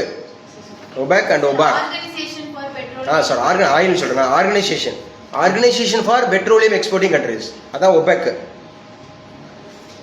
அப்ப பொது நூலகங்களை டிஜிட்டல் நூலகம் மறுவடைப்பதற்கு 10 கோடி ரூபாய் நிதி ஒதுக்கீடா, 10 கோடி ரூபாய் ஒதுக்கி இருக்கிறாங்க அப்படின்னு சொல்றாங்க. அதுக்கப்புறம் பாருங்க, நான் கூட இதை நேற்று பார்த்த உடனே எல்லாருக்கும் ஸ்கூட்டர் கொடுக்க போறாங்கன்னு நினைச்சேன், ஸ்கூல் பிள்ளைங்களுக்குலாம். ஏன்னா ஏற்கனவே சாலை விபத்துல முத இடத்துல இருக்கிறோம், இப்ப முத இடத்துல கொடுக்குறாங்களா? என்ன இப்பவே வித்தியாசமா தான் ஓட்டுறாங்க. ஏன்னா 11th 12th படிக்கிறேன். இந்த ஹெல்மெட்டை பார்த்த உடனே நான் அப்படிதான் நினைச்சேன். பார்த்தா சைக்கிள் வந்து கொஞ்சம் மாடர்னைஸ் பண்றாங்களா, சைக்கிள் வந்து மாடர்னைஸ் பண்றாங்க, வாட்டர் கேன் கொடுக்குறாங்களா. எழுதி வச்சுங்க, ஹெல்மெட்டு, வாட்டர் பாட்டில் பிளஸ் வந்து மாடர்னைஸ்டு சைக்கிள், மாடர்னைஸ்டு சைக்கிள் கொடுக்குறாங்க அப்படின்னு சொல்றாங்க. என்னவா இருக்கும் இந்த மாடர்னைஸ் சைக்கிள்? ஒருவேளை பேட்டரியில கொடுப்பாங்களோ? வாட்டர் கேன் அதுலயே வச்சுக்கலாம், அதான் இப்ப புதுசா கொடுக்குறாங்களா? சரி, ஓகே, குட். அதுல பேக்லயே வச்சுக்கலாமே, அது எதுக்கு சைக்கிள் வைக்கலான்றாங்க. சரி, பரவாயில்ல, ஏதோ ஒண்ணு புதுசா சைக்கிள் வந்துடும், இந்த வருஷம் வந்துடும், பார்க்கலாம். புதிய பயணம் புதிய வேகம். இந்த புதிய வேகம் சொல்லும் போதே ஏதோ சம்திங் இருக்குன்னு நினைக்கிறேன். திங்க் சோ, எனக்கு தெரிஞ்ச ஒரு பேட்டரி வைக்க போறாங்களோ. சோ புதிய பயணம் புதிய எஸ் சார், அந்த ஸ்போர்ட்ஸ் பிளேயர்ஸ் யூஸ் பண்ணுவாங்கல சார், அந்த மாதிரி சைக்கிள் சார். எஸ், மேபி இந்த மேம் சொல்றாங்க, ஸ்வேதா மேம். அந்த காஸ்ட் வந்து 15,000 சார், பேசிக்கா நம்ம வாங்கணும்னா. பட் இவங்க பட்ஜெட் தெரியல சார். ஓ, அது பேசிக்கா வாங்கினாவே 15,000 வருதா? அந்த இது வருதா? ரொம்ப குறைச்ச விலையில வாங்கினா 15,000 சார். 15,000 வரும். சோ இதுக்காக 5.32 லட்சம் ஒதுக்கி இருக்காங்களா? 5.32 லட்சத்துல எப்படி கொடுப்பாங்க? 11ஆம் வகுப்பு மாணவர்களுக்கு 5.32 லட்சம். ஓ, சாரி, இது நம்பர் ஆஃப் ஸ்டூடெண்ட்ஸுங்க, அது நம்பர் ஆஃப் ஸ்டூடெண்ட்ஸ். 5.32 லட்சம் 11ஆம் வகுப்பு மாணவர்களுக்கு இந்த கல்வியாண்டுல கொடுக்குறாங்களா? சரியா? கவர்மெண்ட் ஸ்கூலுக்கும் சரி, கவர்மெண்ட் எய்டட் ஸ்கூலுக்கும் சரி. பள்ளிகளில் ஹெல்மெட் கொடுக்குறாங்க, வாட்டர் பாட்டில் வசதியுடன் நவீன மிதிவண்டியிலே கொடுத்துட்டாங்க. நவீனன்றப்ப ஏதோ சம்திங் இருக்குங்க, மாடர்ன் அப்படிங்கிற போது ஏதோ சம்திங் இருக்கு. வேறு வாட்டர் பாட்டில் நவீனமா இருக்காது. அது சொன்ன மாதிரி நாங்கள் பேக்லேயே வச்சு போயிருவோம் தான் சொல்லுவாங்க. ஏதோ ஒன்று இருக்கு, கம்பெனி சொல்லிட்டாங்களா சார்? அப்போ ஏதோ இருக்கு சைக்கிள். அவங்க சொன்ன மாதிரி ஒரு 15,000 இருக்கக்கூடிய ஒரு சைக்கிள் அப்படிங்கிறத இவங்க எவ்வளவுக்கு வாங்குவாங்க? அடுத்து வச்சுங்க, பார்த்து நான் சொன்னேன்ல, எஜுகேஷன் டிபார்ட்மெண்ட்டுக்கு தான் அதிகமாக ஒதுக்கி இருக்கிறாங்கன்னு சொல்லி 44,552 கோடிங்க. அடிச்சது ரோகம் அவருக்கு, நிஜமாதான். அவர் ஏற்கனவே ஏகப்பட்ட துறையில் இருக்காரு. சரியா? மிஸ்டர் ராஜ்மோகன் அவர் தான் வந்து பார்த்தீங்கன்னா பள்ளிக்கல்வித்துறை அமைச்சராக இருக்கிறாரு. 44,527 கோடி. நான் போய் அவரை பார்த்தேங்க, போன மாதம் பார்த்தேன். லைவ்ல போயிட்டு இருக்கு. என்ன, போன மாதம் பார்க்கும்போது பாவம், உண்மையாகவே சொல்கிறேங்க, 11 மணிக்கு உள்ள வந்தவர் நான் பார்த்தது 7:15. அவர் சொன்னார், நாங்க மேல ப்ளீஸ் பிரதர் என்று சொன்னது, அவர் பேர் பேசுனது அதான், ப்ளீஸ் பிரதர் நான் இன்ன வரைக்கும் பாத்ரூம் கூட போகல, தொடர்ந்து வந்துகிட்டே இருக்கிறாங்க, உங்க கோரிக்கைகள் எல்லாம் ஏற்கப்படுது, நாங்க என்ன செய்ய அப்படின்னு மாதிரி சொன்னாங்க. நின்றுகிட்டு தாங்க பேசினாரு, எல்லாம் நின்றுகிட்டு அது வரைக்கும் பாத்தீங்கன்னா இருக்கிறதுலே ரொம்ப கூடுதலா உழைக்கிறவர் சொன்னாங்க. வெளியில இருந்த இன்ஸ்பெக்டர், நான் கூட அந்த இன்ஸ்பெக்டர் திட்டினேன். எப்படின்னு சொன்னா, எங்க பப்ளிக் தானே முதல்ல, பப்ளிக் தானே முதல்ல. ஸோ என்ன பண்றதுன்னா, அவங்க எல்லாம் வந்து ஏசி ரூம்ல உட்காந்துக்கிட்டு இருக்காங்க பாருங்க. பப்ளிக் வந்து ஒரு குழந்தையோட, சின்ன குழந்தையோட, அந்த பொண்ணுலாம் 11:30-12 மணில இருந்து நின்றுட்டு இருக்கு காலேஜ் டிஆர்பிக்காகன்னு சொல்லிட்டு. சார் சாரி சார் அப்படி சொல்லிட்டு கூட உள்ள ஓடி போய், அவர் சொன்ன உடனே உள்ள ஓடி போய் தண்ணிலாம் கொண்டாந்து அந்த வரிசையில் இருக்க தண்ணி கொடுக்குறாங்க, வைக்கிறாங்க, இது பண்றாங்க. பாவங்க. ஆனா அவரு நம்ம நிலைமை யோசித்து பாரு, நம்ம நினைக்கிறோம், அவர் அமைச்சரோட நிலைமையை யோசித்து பார்த்தேன். அவர் 11 மணில இருந்து போய் அவர் பார்த்து சாப்பிட விடல, தண்ணி குடிக்க விடல. எல்லா அமைச்சர்களுமே இந்த நிலைமையில தாங்க இருக்காங்க பாவம். அந்த மாதிரி இருக்கிறது வைக்கிறது. ஸோ 44 நம்ம நினைக்கிறோம் அரசியல்வாதிகள் சூப்பரா வாழ்றாங்க வைக்கிறாங்க. நிம்மதியான தூக்கம் இருக்காது. இந்த இப்போ பார்த்தீங்களா, நேற்றுக்கெல்லாம் வந்து பார்த்தீங்க அப்படின்னு சொன்னா ரெஸ்ட் ரூம் போக விடலையா, 2 மணி நேரம் அந்த மாதிரி ரெஸ்ட் ரூம் போக விடலைன்ற மாதிரி சொல்றாங்க. சென்னையில இருந்து கிளப்பி போய் தஞ்சாவூர் போற வரைக்கும், சாயங்காலம் வரைக்கும். அதுக்கப்புறம் அப்படியே மாறுதா, அவர் வந்து ஏசி கார்ல போயிருப்பாரு, அப்புறம் பிளைட்ல ஏறி இருப்பாரு, அப்புறம் அங்க போயிருப்பாரு. இதுதான் அடுத்த பரிணாமம்ன்றது. பொது வாழ்க்கையில் ஈடுபடுறவங்களுக்கு நிச்சயமா அந்த உறக்கம் பிளஸ் மற்ற எல்லாமே நம்ம வெளியில இருந்து பார்க்கலாம், ரொம்ப பெரிய அளவுல இருக்கிறாங்கன்னு சொல்லி. ஆனா ரொம்ப சிரமங்கள் இருக்குங்க. அப்ப 44,527 கோடி எந்த துறைக்கு? ஸ்கூல் எஜுகேஷன் டிபார்ட்மெண்ட்டுக்கு. அடுத்து வச்சுங்க, 12ஆம் வகுப்பு பொதுத் தேர்வின் அடிப்படையில் நீட் தேர்வு முறையினை உடனடியாக ரத்து செய்வது சொல்லியிருக்காங்களாங்க. ரத்து செய்யறது அப்படிங்கிறது நீட் தேர்வுல இருக்கு. வெற்றி மடிக்கணினி திட்டம் வெளியே வச்சுங்க. இது வந்து வெற்றி மடிக்கணினி திட்டம். வெற்றி இதுக்காக 2000 கோடி ஒதுக்கி இருக்காங்க. மடிக்கணினி திட்டம் அப்படின்னு சொல்லக்கூடியதுல 2000 கோடி. லாஸ்ட் இயரே கொடுத்தது ரொம்ப ஸ்மார்ட்டா இருந்துச்சுங்க. அந்த மடிக்கணினி வந்து நல்லா ஸ்மார்ட்டா இருந்துச்சு. வாங்கினீங்களா? நல்லா ரொம்ப ஸ்மார்ட், நல்லா இருந்துச்சு. மடிக்கணினி அப்படிங்கிறதுக்காக வெற்றி மடிக்கணினி திட்டத்துக்கு எத்தனை ஆயிரம் கோடி? 2000 கோடி. அடுத்துல வச்சுங்க, ஐடிஐல ஏஐ அப்படிங்கிறத பயன்படுத்த, இது அதுக்கு ஒரு தனி டிபார்ட்மெண்ட் உருவாக்குறாங்களா ஐடிஐல. ஏஐ அப்படிங்கிற ஆர்டிபிஷியல் இன்டெலிஜென்ஸுக்காக துறைக்கான தலைவர் யாரு? மிஸ்டர் குமார். அவர் தான் அமைச்சர். 10 கோடி ஒதுக்குறாங்களா? 10 கோடி ஏஐக்காக 10 கோடி அப்படின்னு சொல்லக்கூடியது. அதே போல 5 ஐஐடி உருவாக்குறாங்களா? ஐடி என்னது? இன்ஃபர்மேஷன் டெக்னாலஜியா? Industrial training, institute of industrial training. சரியா? இன்ஸ்டிடியூட் ஆஃப் இண்டஸ்ட்ரியல் ட்ரைனிங், தொழிற்பயிற்சி நிலையங்கள். ஐடி மொத்தம் 5 ஐடி அப்படிங்கிறது தொடங்குறாங்களா 90 கோடியில. காரைக்குடியில் எத்தனை ஐடி இருக்கு? கவர்மெண்ட் ஒன்னே அமராவதி புதூர்ல இருக்கு. எங்க இருக்கு? அமராவதி புதூர்ல ஐடி இருக்கு. சரியா? Government ITI. ஸோ இது ஞாபகம் வச்சுங்க. பாலிடெக்னிக் எத்தனை இருக்கு கவர்மெண்ட்ல? ஒன்னே தான் இருக்கு. அழகப்பா பாலிடெக்னிக் இருக்கு. இன்ஜினியரிங் காலேஜ் எத்தனை இருக்கு கவர்மெண்ட்ல? ஒன்னே தான் இருக்கு, அழகப்பா அப்படிங்கிறது இருக்கு. ஆர்ட்ஸ் காலேஜ் சிவகங்கையில் எத்தனை இருக்கு? சிவகங்கை மாவட்டத்தில் எடுத்துக்கிட்டீங்கன்னா சிவகங்கை மாவட்டத்தில் கவர்மெண்ட் ஆர்ட்ஸ் காலேஜ் அப்படின்னு சொல்லக்கூடியது அழகப்பா ஆர்ட்ஸ் காலேஜ் அப்படிங்கிறது சிவகங்கையில் இருக்கு. காரைக்குடியில் வந்து பாத்தீங்க அப்படின்னு சொன்னா சிவகங்கையில் 2 இருக்கு. ஒன்னு விமன் காலேஜ் அப்படின்றது ஒன்று இருக்கு, இன்னொன்று ராஜா மன்னர் துரைசிங்கம் காலேஜ் அப்படின்னு சொல்லி ஒன்று 2 இருக்கு. அதுக்கப்புறம் மானாமதுரையில் இருக்கு. எங்க இருக்கு? மானாமதுரை. மொத்தம் எத்தனை அரசு கல்லூரியில் இருக்கு? 4 அரசு கலை அறிவியல் கல்லூரி மட்டும் நம்ம சிவகங்கை மாவட்டத்தில் இருக்கு. கேட்பாங்க, இதெல்லாம் கவர்மெண்ட்ல மெடிக்கல் காலேஜ் எத்தனை இருக்கு? ஒரே ஒரு மெடிக்கல் காலேஜ் இருக்கு சிவகங்கை மாவட்டத்தில். எத்தனை அக்ரிகல்ச்சர் இருக்கு? ஒரே ஒரு அக்ரிகல்ச்சர் இருக்கு. எத்தனை அந்த மாதிரி இருக்கக்கூடிய லா கல்லூரி இருக்கு?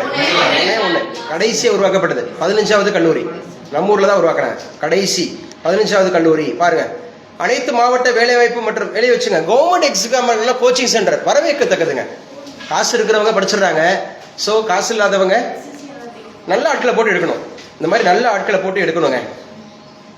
இதான் கோச்சிங் சென்டர். எவ்வளவு அழகா உட்காந்துருக்காங்க. அவங்க கீழே அப்படி பாருங்க. உங்களெல்லாம் பார்த்தா இங்க பாருங்க, எவ்வளவு எல்லாருடைய பார்வையும் அங்க இருக்கா? எவ்வளவு அழகா பாக்குறாங்க பாருங்க. எவ்வளவு அழகா கீழே அப்சர்வ் பண்றாங்க. ஆனா இதுன்னா ஏல தான் அப்படி உருவாக்க முடியும்னு நினைக்கிறேன். சரி, 3.38 கோடி ஒதுக்கிடாங்க.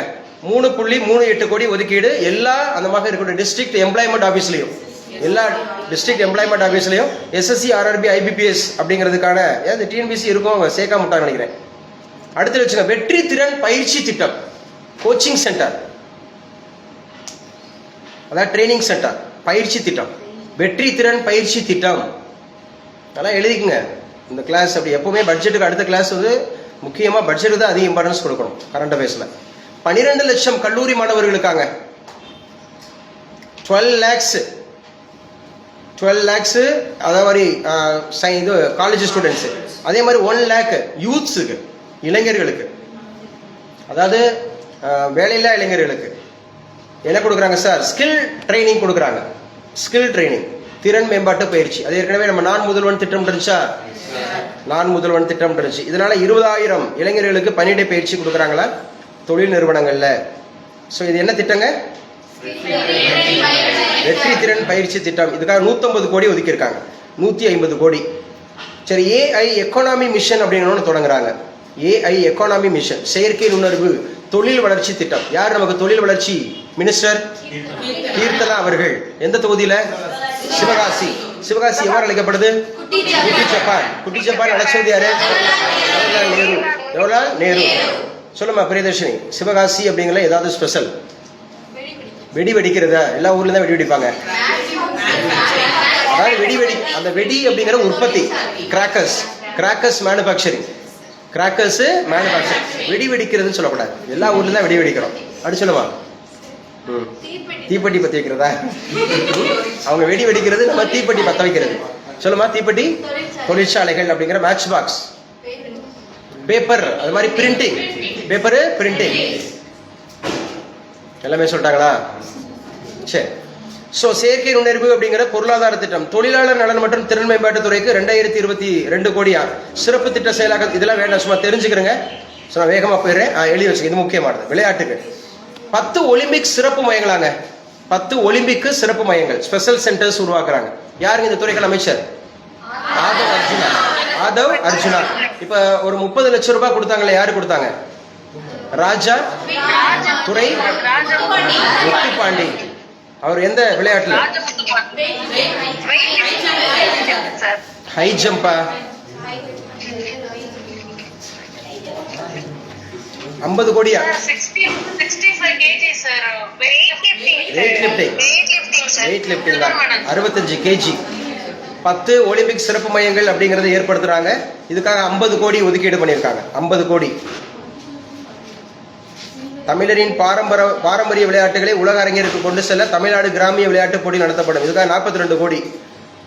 கிராமத்தில் இருக்கக்கூடிய விளையாட்டு போட்டிகள்லாம், நம்ம எல்லாம் ஒருத்தர் சொல்லுவார்ல சாட்டைங்கிற திரைப்படத்துல, எனக்கு நல்லா வரும், என்னது பம்பரம் பிளஸ் சாட்டை அது மாதிரிலாம் சொல்லுவார்ல. ஸோ கிராம விளையாட்டுகள் அப்படிங்கிற போது அதுக்காக எத்தனை கோடி ஒதுக்கியிருக்காங்கன்னா 42 கோடியாங்க. 42 கோடி.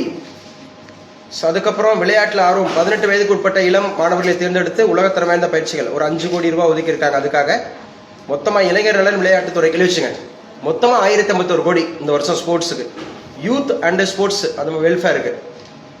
ஸோ இந்த துறைக்கான மினிஸ்டர் வந்து பார்த்தீங்கன்னா ஆதவ் அர்ஜுனா. அவருக்கு 1051 கோடி ஒதுக்கியிருக்காங்க. 1051 கோடி. இது அவருடைய சொத்து மதிப்பை விட கம்மி. சொல்ல போனா இது அவர் வச்சிருக்கக்கூடிய சொத்து மதிப்பை விட இது ரொம்ப ரொம்ப கம்மி. 1051 கோடின்றது ஒரு மாநிலத்துக்கே செலவு பண்ணக்கூடியது. எழுதிங்க, இது முக்கியங்க. இதைத்தான் நேற்று வந்து டாக்டர் தொல் திருமாவளவன் அப்படிங்கிறது பாராட்டு தெரிஞ்சிருந்தாரு. ஸோ முந்தைய ஆண்டுகளை காட்டிலும் முந்தைய எந்த கட்சியும் கொடுக்காது. ஆனால் அம்பேத்கர் அயலாட்டு கல்வி உதவி திட்டம் எழுதி வச்சுங்க. ஸோ அண்ணல் அம்பேத்கர் அயலாட்டு கல்வி உதவித்தொகை திட்டம் அப்படிங்கிறதுல 362 மாணவர்கள் அப்படிங்கிறவங்களுக்கு இந்த வருஷம் 131 கோடியா. எந்த வருஷமும் இல்லாதது ஃபாரின்ல போய் படிக்கிறதுக்கு. நான் கண்ணார பார்த்தேங்க. நான் சென்னை போயிருந்தப்ப என்னோட ஒரு பேரண்ட் வந்திருந்தாரு, மிஸ்டர் நாகராஜன் சொல்லிட்டு. அவங்க பாப்பா சரியா அபிநயா அப்படிங்கிற பொண்ணுக்கு 36 கோடி கொடுத்துருக்குங்க கவர்மெண்ட். 36 லட்சம் 36 லட்சம் இந்த கவர்மெண்ட். இப்போ போன வாரத்துக்கு லண்டன்ல போய் படிக்கிறதுக்கு ஒரு வருஷத்துக்கு 36 லட்சம் கொடுக்குறாங்க. 36 லட்சம். ஸோ அது ஸ்காலர்ஷிப் ஒன்லி, ஸ்காலர்ஷிப்பாக தான் கொடுக்குறாங்க, கடன்லாம் கிடையாது. 36 லட்சம். அப்போ கவர்மெண்ட் எவ்வளோ கொடுக்குறாங்க படிக்கிறதுக்கு? பயன்படுத்தணும். ஸோ பயன்படுத்தணும். 362 மாணவர்கள் பயன்பெறும் வகையில் இந்த ஆண்டு 131 கோடி கொடுக்குறாங்களா வெளிநாட்டில் போய் படிக்கிறதுக்கு. ஏன்னா அம்பேத்கர் வெளிநாட்டில் போய் படிச்சாரா? அங்கே ஒரு பரோடா அப்படிங்கிற ஒரு மன்னர் அவருக்கு வந்து ஸ்காலர்ஷிப் கொடுத்து படிக்க வச்சதுனால அவர் வந்து நம்பர் 1 ஸ்காலராக மாறினார். அடுத்து பாருங்க, தொழில் முனைவோர் திட்டம், வெற்றி தொழில் முனைவோர் திட்டம். அதுக்கு ஒரு 75 கோடியா. தொழில் முனைவோர் திட்டம் என்டர்பிரனருக்காக எந்த வங்கி இருக்குன்னு சொல்லி பார்த்தோம். நபார்டு, முத்ரா. விவசாயமா இருக்குது, விவசாயத்தில் இருந்தனால நபார்டுன்னு வருது. Finance agency, micro units development refinance agency. Mudra எத்தனை வகையான கடன் வழங்குது? 3 வகையான கடன் வழங்குது. என்னென்ன கடன்? சிசு கிஷோர் கடன், சிசு கிஷோர் கடன், சிசு 50,000 அது 5 லட்சம், அது 20 லட்சம். 50,000 5 லட்சம் 20 லட்சம் அப்படிங்கறத ஞாபகம் வச்சுங்க. அடுத்து அயோத்திதாச பண்டிதர் வாழ்விட மேம்பாட்டு திட்டம் எழுதி வச்சுங்க. அயோத்திதாசர் பிறந்த ஊரு சென்னை 1000 விளக்கு, சென்னை 1000 விளக்கு அப்படிங்கறத எடுத்துக்கணும். சென்னை 1000 விளக்கு. அயோத்திதாச பண்டிதர் அப்படிங்கிறவர் ஆதி திராவிடர் அடிப்படை உட்கட்டமைப்பு, அதாவது இன்ஃப்ராஸ்ட்ரக்சர் டெவலப்மெண்ட் இன் schedule cost area. Schedule cost ஏரியாவில் இன்ஃப்ராஸ்ட்ரக்சரை டெவலப் பண்றதுக்காக, அவங்களுடைய எக்கனாமிக் எம்பவர் பண்றதுக்காக ஒரு 300 கோடி ஒதுக்கியிருக்காங்க.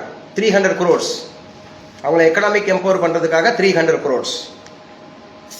இப்படி இருக்குன்றார். சரியா? அந்த ஏரியால இப்படி இருக்கும் அப்படின்னு சொல்லியிருக்காங்க. பசுமை. அதே மாதிரி ஆன்றோர் மேம்பாட்டு திட்டம், இதெல்லாம் முக்கியங்க. ஆன்றோர் மேம்பாட்டு திட்டம். ஆன்றோர் அப்படின்னு எழுதிக்கங்க. ஆன்றோர் அப்படின்னு சொன்னா ஃபோர்ஃபாதர்ஸ் அப்படிங்கிற முன்னோர்கள், அவங்கள மேம்பாட்டு திட்டம். ஏன்னா தொல்குடின்னு சொல்லுவோம். ஏற்கனவே முன்னாடி இருந்த அரசு தொல்குடி திட்டம்னு வச்சிருந்தாங்க. தொல்குடி திட்டம்னு வச்சிருந்தாங்க முன்னோர் அரசு. இப்போ ஆன்றோர் மாத்திருக்காங்க. அந்த தொல்குடியை ஆன்றோர் மாத்திருக்காங்க. ஆன்றோர் மேம்பாட்டு திட்டம் யாருக்கு சார்? பழங்குடியினர், அவங்களுடைய குடியிருப்புகள். Schedule try. அதான் கல் தோன்றா மண் தோன்றா காலத்தே முன் தோன்றிய மூத்த குடி அப்படின்னு சொல்லுவாங்க. இந்த தொல்குடின்ற ஷெட்யூல் ட்ரைப்ஸ், அவங்க தான் மலைவாழ் மக்கள் அப்படின்னு சொல்லுவோம். ஸோ அவங்க வந்து பார்த்தீங்கன்னா அவங்களுடைய வீடுகள், சாலைகள், குடிநீர், தெருவிளக்கு, அவங்கள வந்து டெவலப் பண்றதுக்காக ஒரு 250 கோடி. இதுக்கும் மினிஸ்டர் யார் தான்? வன்னியரசு. ஷெட்யூல் காஸ்டுக்கு யார் தான்? வன்னியரசு அவர்கள். ஷெட்யூல் ட்ரைப்புக்கும் அவர் தான். சமூக நீதித்துறையா? 250 கோடி இதுக்காக ஒதுக்கி இருக்காங்களா? அடுத்து பாருங்க, சமூக நீதித்துறைக்குன்னே தனியா பாருங்க 3937 கோடியாங்க. இதுவும் ஹையஸ்ட்டுங்க. விளையாட்டுக்கே வெறும் 1000 தான் பார்த்தோமா?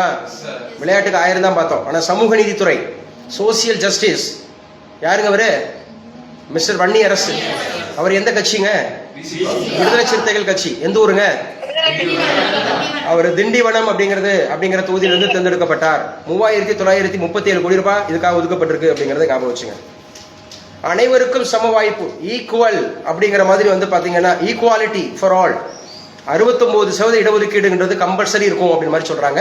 பர்டிகுலரா 7.5 இடஒதுக்கீடு மருத்துவத்துல இருக்கும் அப்படின்னு மாதிரி சொல்லியிருக்கிறாங்க. இது எப்பவுமே இருக்கு. இதுக்காக 462 கோடி. 462 கோடி. அதுக்கப்புறம் மதசார்பற்ற, இதாங்க முக்கியம்.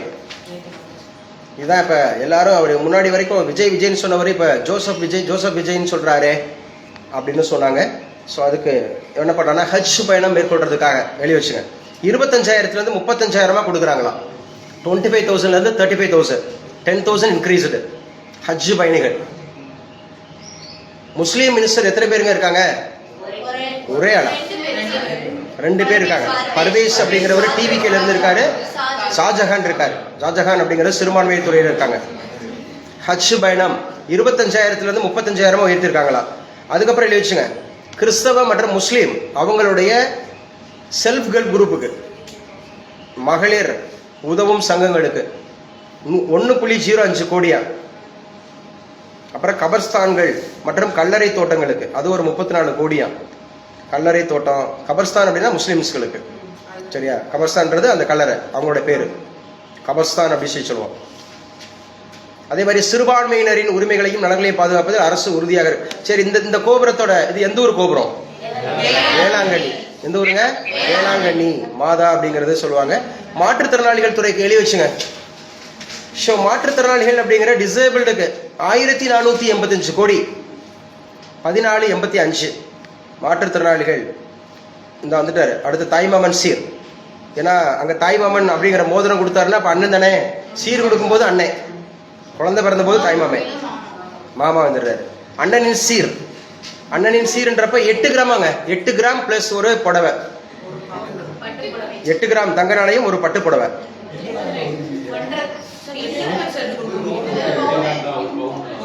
ஒரு பவுனுங்க. 1 பவுன் அது ஒரு 1 லட்சம்.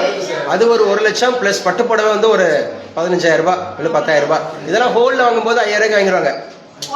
ஹோல்ல வாங்கிடுவாங்க, அவங்களாம் வாங்கிடுவாங்க, வச்சிருவாங்க. 8 கிராம் தங்க நாணயம், ஒரு பட்டு புடவை கொடுக்குறாங்களா? அப்ப இதுவே ஒரு 1.5 லட்சம் ஆயிடுச்சுல. 1.25 ஒரு ஆளுக்கு 1.25 லட்சம்னா அவ்வளவு திருமணங்கள்லாம் நடக்காதுங்க. சரியா? 812 கோடி எழுதிக்குங்க. 812 கோடி இதுக்காக ஒதுக்கி இருக்காங்களா? சரி 812 கோடி பாருங்க, 812 ஒரு 8000 பேர் தான் கொடுக்க முடியும். எவ்வளவு பேர் கொடுக்க முடியும்? ஒரு 8000 பேர் தான் கொடுக்க முடியும்.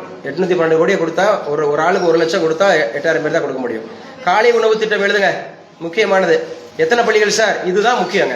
இதுதான் இப்ப நம்ம காம்படிட்டிவ் எக்ஸாம்ஸ்க்கு ரொம்ப ரொம்ப முக்கியம். இது பிரிலிம்ஸ்லயே கேட்டுருவாங்க.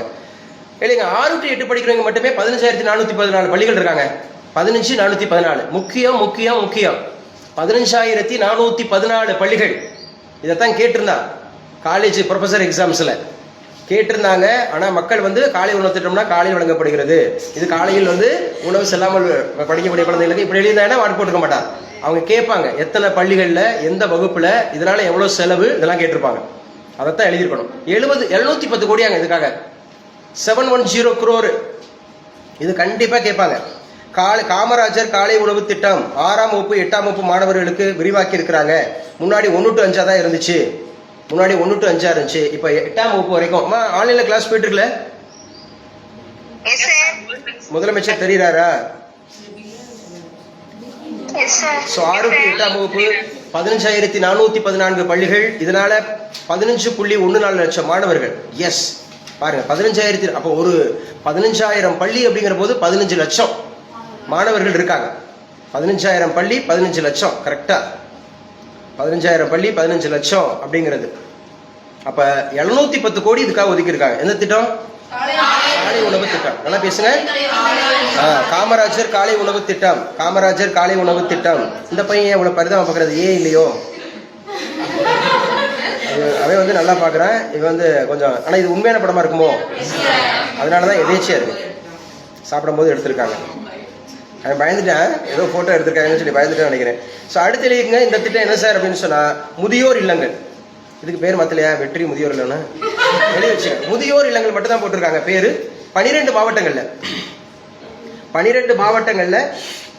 12 முதியோர் இல்லங்கள் நிறுவப்படும் சொல்றாங்க. 12 மாவட்டம் 12 முதியோர் இல்லங்கள். இதுக்காக 6.6 கோடி. 6.6 கோடி. சரி, அப்ப ஒரு முதியோர் இல்லத்துக்கு எத்தனை கோடி? 12. 12க்கு 6 அப்படின்னா எவ்வளவு கோடி?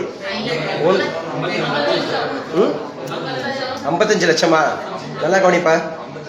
சரி, 6 கோடியை வச்சுங்க. அந்த 6.6 விட்டுருங்க. 6 கோடி 12 முதியோர் இல்லம் 50 லட்சம்.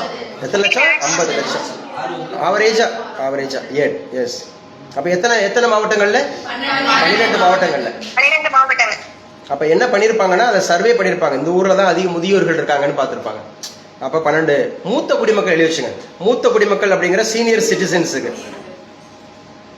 அப்ப சீனியர் சிட்டிசன்ஸ் அப்படிங்கிறதுக்கு அவங்க பொழுதுபோக்குறதுக்காக என்டர்டைன்மெண்ட் அப்படிங்கிறதுக்கான மையங்கள் உருவாக்குறாங்களாம்.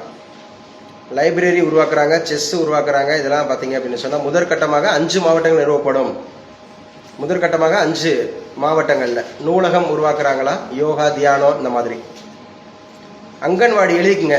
அங்கன்வாடி பால்வாடி ஐசிடிஎஸ் திட்டம்னு சொல்லுவோம். ICDS integrated child development scheme அப்படிங்கிறது 1975 ஐசிடிஎஸ். அந்த அடிப்படையில் தான் பால்வாடி உருவாக்குறாங்க. இந்த அங்கன்வாடி அப்படிங்கிறதுல 500 அப்படிங்கிற பால்வாடியில புதிய கட்டிடம் உருவாக்குறாங்களா? ஏன்னா டேமேஜா இருக்கா. 500 அப்படின்னு சொல்லக்கூடியது டேமேஜா இருக்கு. ஸோ அதை வந்து பண்றாங்க. திருநர் நலன். இது திருநங்கைகள் அப்படிங்கிறது இருந்ததா திருநர் அப்படின்னு மாத்திருக்காங்க. திருநர் நலனா? திருநர் நலன். சுயதொழிலுக்கு கடன் கொடுக்குறாங்க. 5 மாவட்டங்கள்ல அரண் தங்குமிடங்கள். அதுக்கு பேரே அரண் தங்குமிடங்கள் வச்சுங்க. அரண் தங்குமிடங்கள். அரண்னா பாதுகாப்பு. அரண் தங்குமிடங்கள் அப்படிங்கிறது. சமூக நலன் மற்றும் மகளிர் உரிமைத்துறைக்கு 9,818 கோடி. எஸ், சமூக நலன் மற்றும் மகளிர் உரிமைத்துறைக்கு 9,800. ஆனா அதை பத்தி அவர் சொல்லலையே. நேற்று பட்ஜெட்ல 2,000 சொல்ல. சமூக நலன் மற்றும் மகளிர் உரிமைத்துறைக்கு 9,818 கோடி ரூபாய் அப்படிங்கறது சொல்லியிருக்காங்க. நடமாடும் முதியோர் சிகிச்சை மையங்கள், தாய் கேர் அப்படின்னு ஒன்று உருவாக்கியிருக்காங்க. தாய் கேர் கன்சீவ் ஆனவங்களுக்கு தாய் கேர் அப்படிங்கிறது. தொலை மருத்துவ பராமரிப்பு அமைப்பு, புற்றுநோய் பராமரிப்பு, மருத்துவம் மற்றும் எழுதி வச்சுங்க. மருத்துவம் மற்றும் மக்கள் நல்வாழ்வு. இதுதான் செகண்ட் பொசிஷன் நினைக்கிறேன் எனக்கு தெரிஞ்சு. 23,387 கோடி. யாருங்க இந்த துறைக்கான மினிஸ்டர்? அருண்ராஜ். 23,387 கோடி. கொஞ்சம் வேகமா எழுதுங்க. அப்ப தடையற்ற மருந்து விநியோகம் இருக்கணும்னு சொல்றாங்க. கூட்டுறவுத்துறைக்கு 8,028. கோஆபரேட்டிவ் யாரு? மிஸ்டர் காந்திராஜ். காந்திராஜ் எந்த ஊரு? அரக்கோணம், ஷெட்யூல் காஸ்ட், அவங்களுக்கான தனித்தொகுதி. காந்திராஜ் 828 கோடி. வெற்றி மகளிர் ஆடு வளர்ப்புகள் திட்டம், வெற்றி மகளிர் ஆடுகள் வளர்ப்பு திட்டம் 100% மானியமாங்க. 100% மானியம் வந்து 5 ஆடுகள் வழங்கப்படுமா. கைம்பெண்கள், ஆதரவற்ற பெண்கள், திருநர்கள், மாற்றுத்திறனாளிகளை பயன்படுவார். யாருக்கு சார் கொடுக்குறாங்க? எல்லா பெண்களுக்கும் கிடையாது. இது வந்து கைம்பெண்கள் அப்படின்னு சொல்லக்கூடிய விதவைகள், பிளஸ் ஆதரவற்ற பெண்கள், யார் ஆதரவு இல்லாமல் இருக்கிறாங்களோ, அதே மாதிரி திருநர்கள், மாற்றுத்திறனாளிகள். இதனால 30,000 பயனாளிகளுக்கு. அப்போ 30,000னா 5 ஆடுன்னு சொன்னால் 1.5 லட்சம் ஆடு. எத்தனை லட்சம்? 1.5 லட்சம் ஆடு கொடுக்குறாங்க. 1.5 லட்சம் ஆடு. இதுக்காக 110 கோடி கொடுக்குறாங்க. 110 கோடி இதுக்காக ஒதுக்கீடு. கால்நடை மருத்துவ தரமான சேவை வழங்கப்படும் சொல்லியிருக்காங்க. கால்நடைகள் காப்போம் திட்டம் அப்படின்னு சொல்லி ஒன்று சொல்லியிருக்காங்க. தீவன விதை அக்ரிகல்ச்சருக்கு, பசுந்தீவன சாகுபடி 13 கோடி. ஒவ்வொன்றும் பிரிச்சிருக்காங்க. மீனவர்களுக்கு 135 கோடி. ஆழ்கடல் மீன்பிடிப்பு தொழில், கறவை மாடுகள் வழங்கும் திட்டம், இதுக்காக ஒரு 57 கோடி. இது யாருக்கு? ஒவ்வொரு ஆண்டும் 10,000 தகுதி வாய்ந்த பெண்களுக்கு கொடுக்குறாங்க. பெண்களுக்கு கொடுக்குறாங்க, விமனுக்கு கொடுக்குறாங்க. So 1.5 trillion. அப்போ எந்த ஆண்டு இலக்கு? 2036. வழிகாட்டி 3.0, முதலீட்டுக்கு புதிய பாதை, இன்வெஸ்ட்மெண்ட்டுக்கு. வெளிநாடு வாழ் தமிழர் முதலீட்டு சேவைகள் பிரிவு. வெளிநாடு வாழ் தமிழர் அப்படிங்கிறதுக்கு யாரு மினிஸ்டர்? மிஸ்டர் தென்னரசு. எந்த ஊரு? ஸ்ரீபெரும்புதூர். வெளிநாடு வாழ் தமிழர் அந்த வெல்ஃபேர் தென்னரசு அப்படின்னு சொல்லக்கூடியவங்க ஸ்ரீபெரும்புதூர்ல யாரை நம்ம கொண்டோம்? ராஜாஜியை கொண்டீங்களா? ராஜீவ் காந்தி. ராஜீவ் காந்தி எந்த நாள் கொல்லப்பட்டாரு? மே 21. 1991. மே 21, 1991. தொழில் வளர்ச்சி, மாவட்டந்தோறும் முன்னேற்றம், விண்வெளி தொழில் முதலீட்டு மண்டலம். இதைத்தான் கேட்டாங்க. என்னன்னா அது விண்வெளிக்கு நமக்கு சம்மந்தம் உண்டா? அது வந்து சென்ட்ரல் கவர்மெண்ட்டே, அதுக்கு ஏன் ஒதுக்குறாங்க அப்படின்னு மாதிரி கேட்டாங்க.